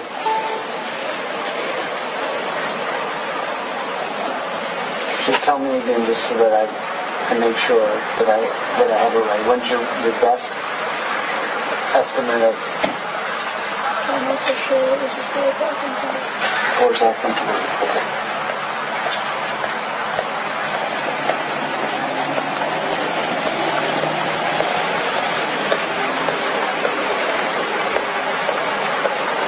And it was change, Spencer, and feed him. I'm sorry. Change, feed, swing. The last time I remember really just when I was getting my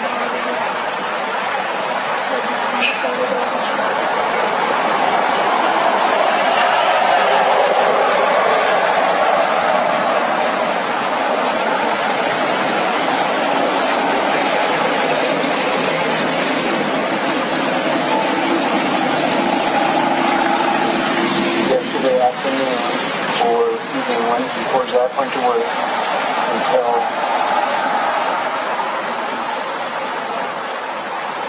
you discovered him this morning, or this afternoon, like around noon, right?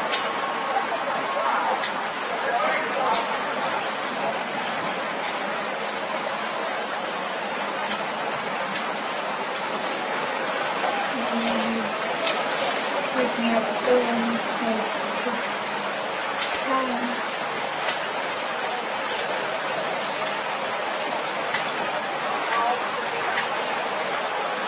I didn't think to check on him after that because I was home and while I was waiting for Zach to get home, I wanted to take like small time in the kitchen sink so that way he wasn't going to do that when I didn't get home. Sure.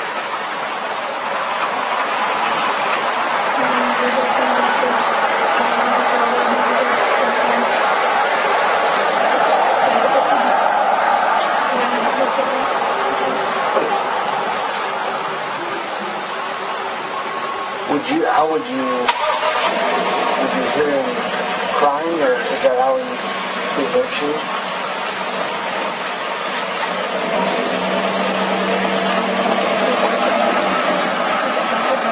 Sure.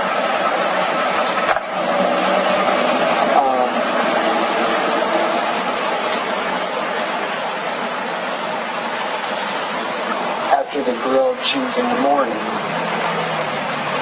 went in and laid down. Did you hear him crying in the morning at all?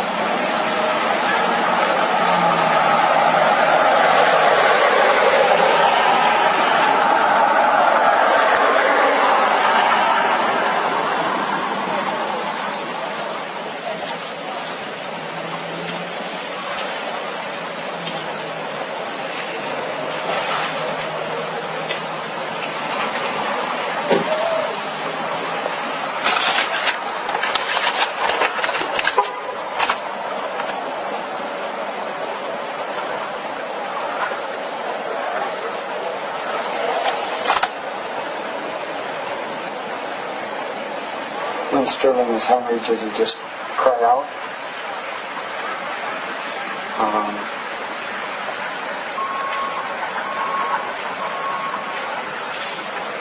Did anybody visit you guys in the last 2 days? Have you had any visitors to the house?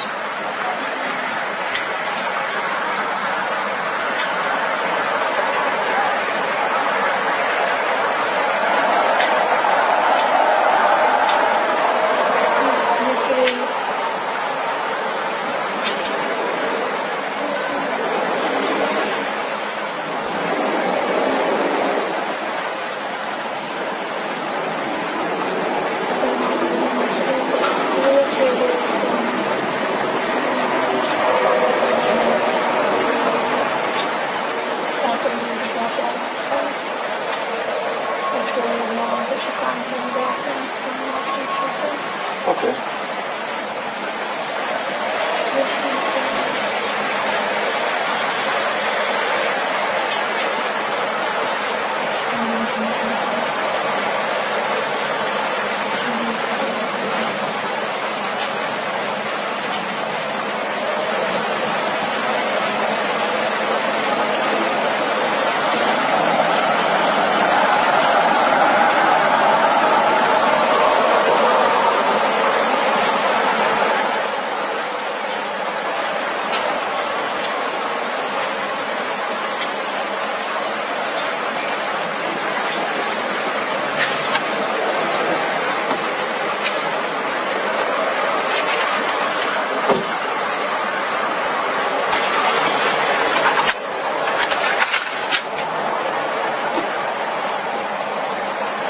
And please don't take offense to this, but I always have to ask, we have both you and Zach separated. You guys have a good relationship?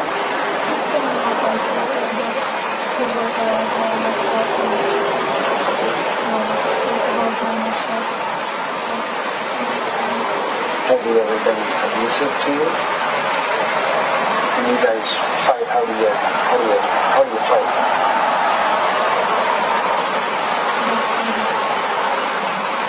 A lot of time it's actually protect Okay.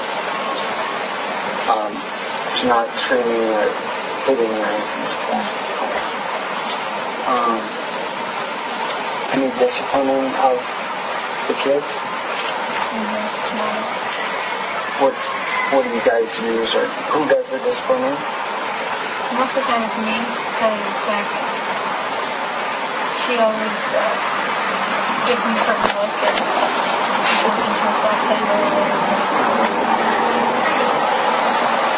But if she's doing something and she makes me leave, I have to do the same. She has to stop, and it's just me. And I don't like discipline really, because I feel bad afterwards. Yeah. But it gets to the point where nothing else will work.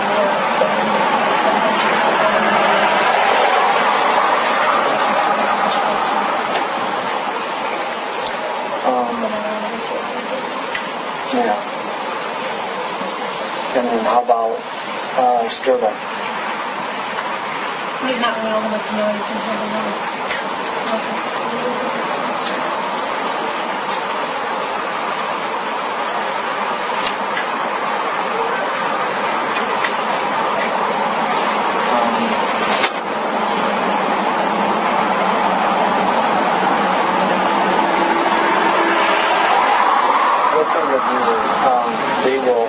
doctors will do an autopsy, and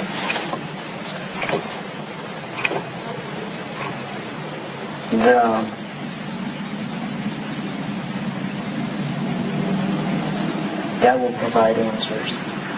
That will, I don't know if it makes it any easier to handle or anything else, but it will give you answers to what happened, what caused it, and things like that. What I did wrong. Do you have a concern about going?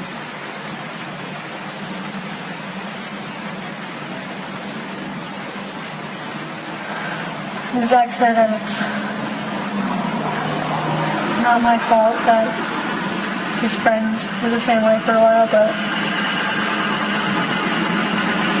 I don't know, I can't help but feel that I could have done something differently, or that I should have checked on him more. Is it unusual to go that long without checking? But I was so glad I've been dealing with it all, and he always lets me know when he needs something, so I didn't think anything of it. Sure.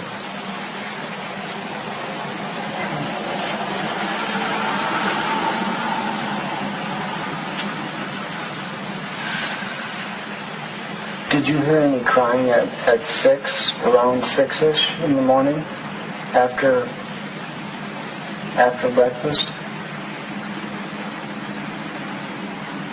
I don't think so. Okay. I'm going to kind of walk you through the day. I mean, is there any chance that you went in there this morning after breakfast?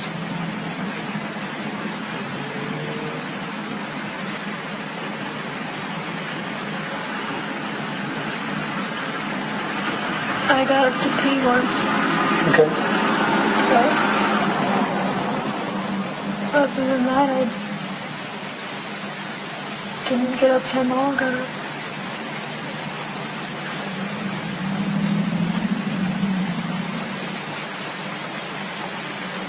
Is the bathroom by the bedroom? Okay.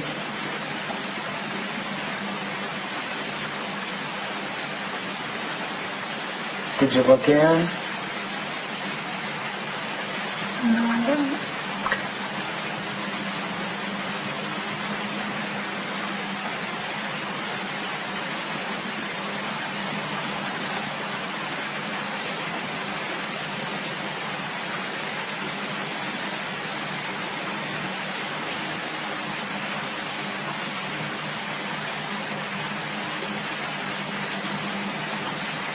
Anything else that you can think of?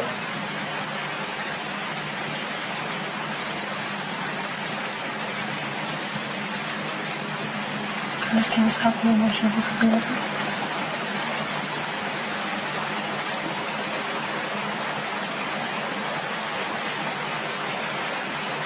Maybe it's still what happened, but maybe you wouldn't have. Yeah.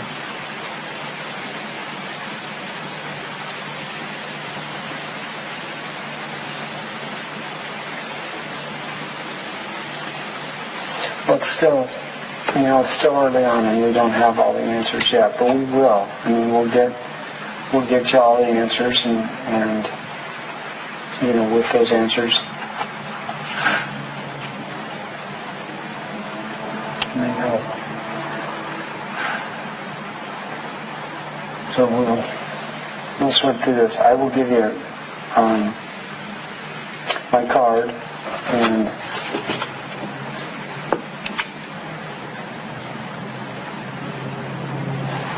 just call my cell phone. So a lot of this stuff will seem very, very intrusive, okay? I mean, we're going to be looking at your house, and we're going to be taking things from the guys, and all things that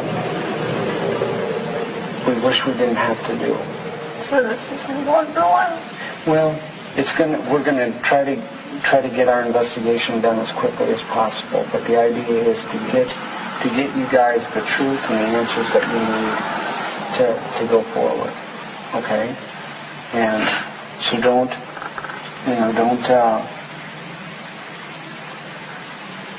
don't hesitate if you have questions to give me a call, or if you have concerns, or you think of something, or what, just reach out and let me know. Okay? And Zach will have John's number, and you can reach out. Yeah, you can reach out to us in any way. And that's what we hoped, is to be able to come back to you guys. We can meet again, and we can talk about the answers and the truth. Okay? So there's my card, and we'll get started on some of this. Do you have any questions before we get going? Is everything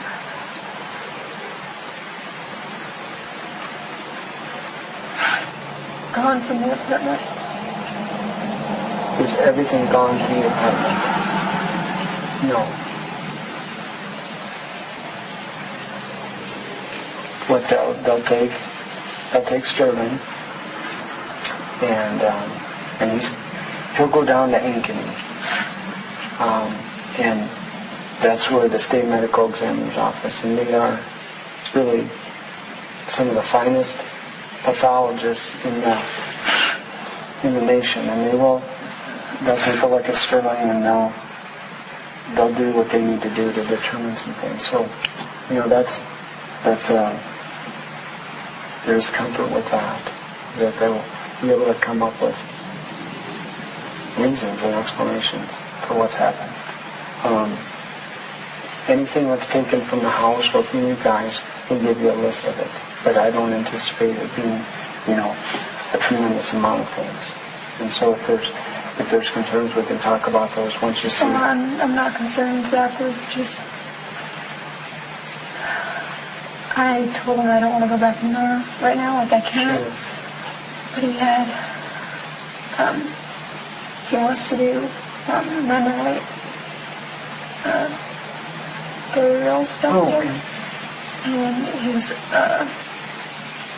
uncle, I think, is who it is. Or his cousin or something. I guess he was having a meeting at the apartment. So I didn't know if everything was still going on there or not. Yeah, and what we can do is we can have him meet you somewhere else, or whatever. We'll figure that out. I was gonna have somebody go in and get some of our stuff, and so I was gonna see if his boss would give us. Okay. All right. My ID, you said you might have it. Oh, yeah, we'll figure out where that is and give it to you. Okay. Anything else? Okay. So let me find your ID, and we'll get some of this stuff taken care of. Okay. All right.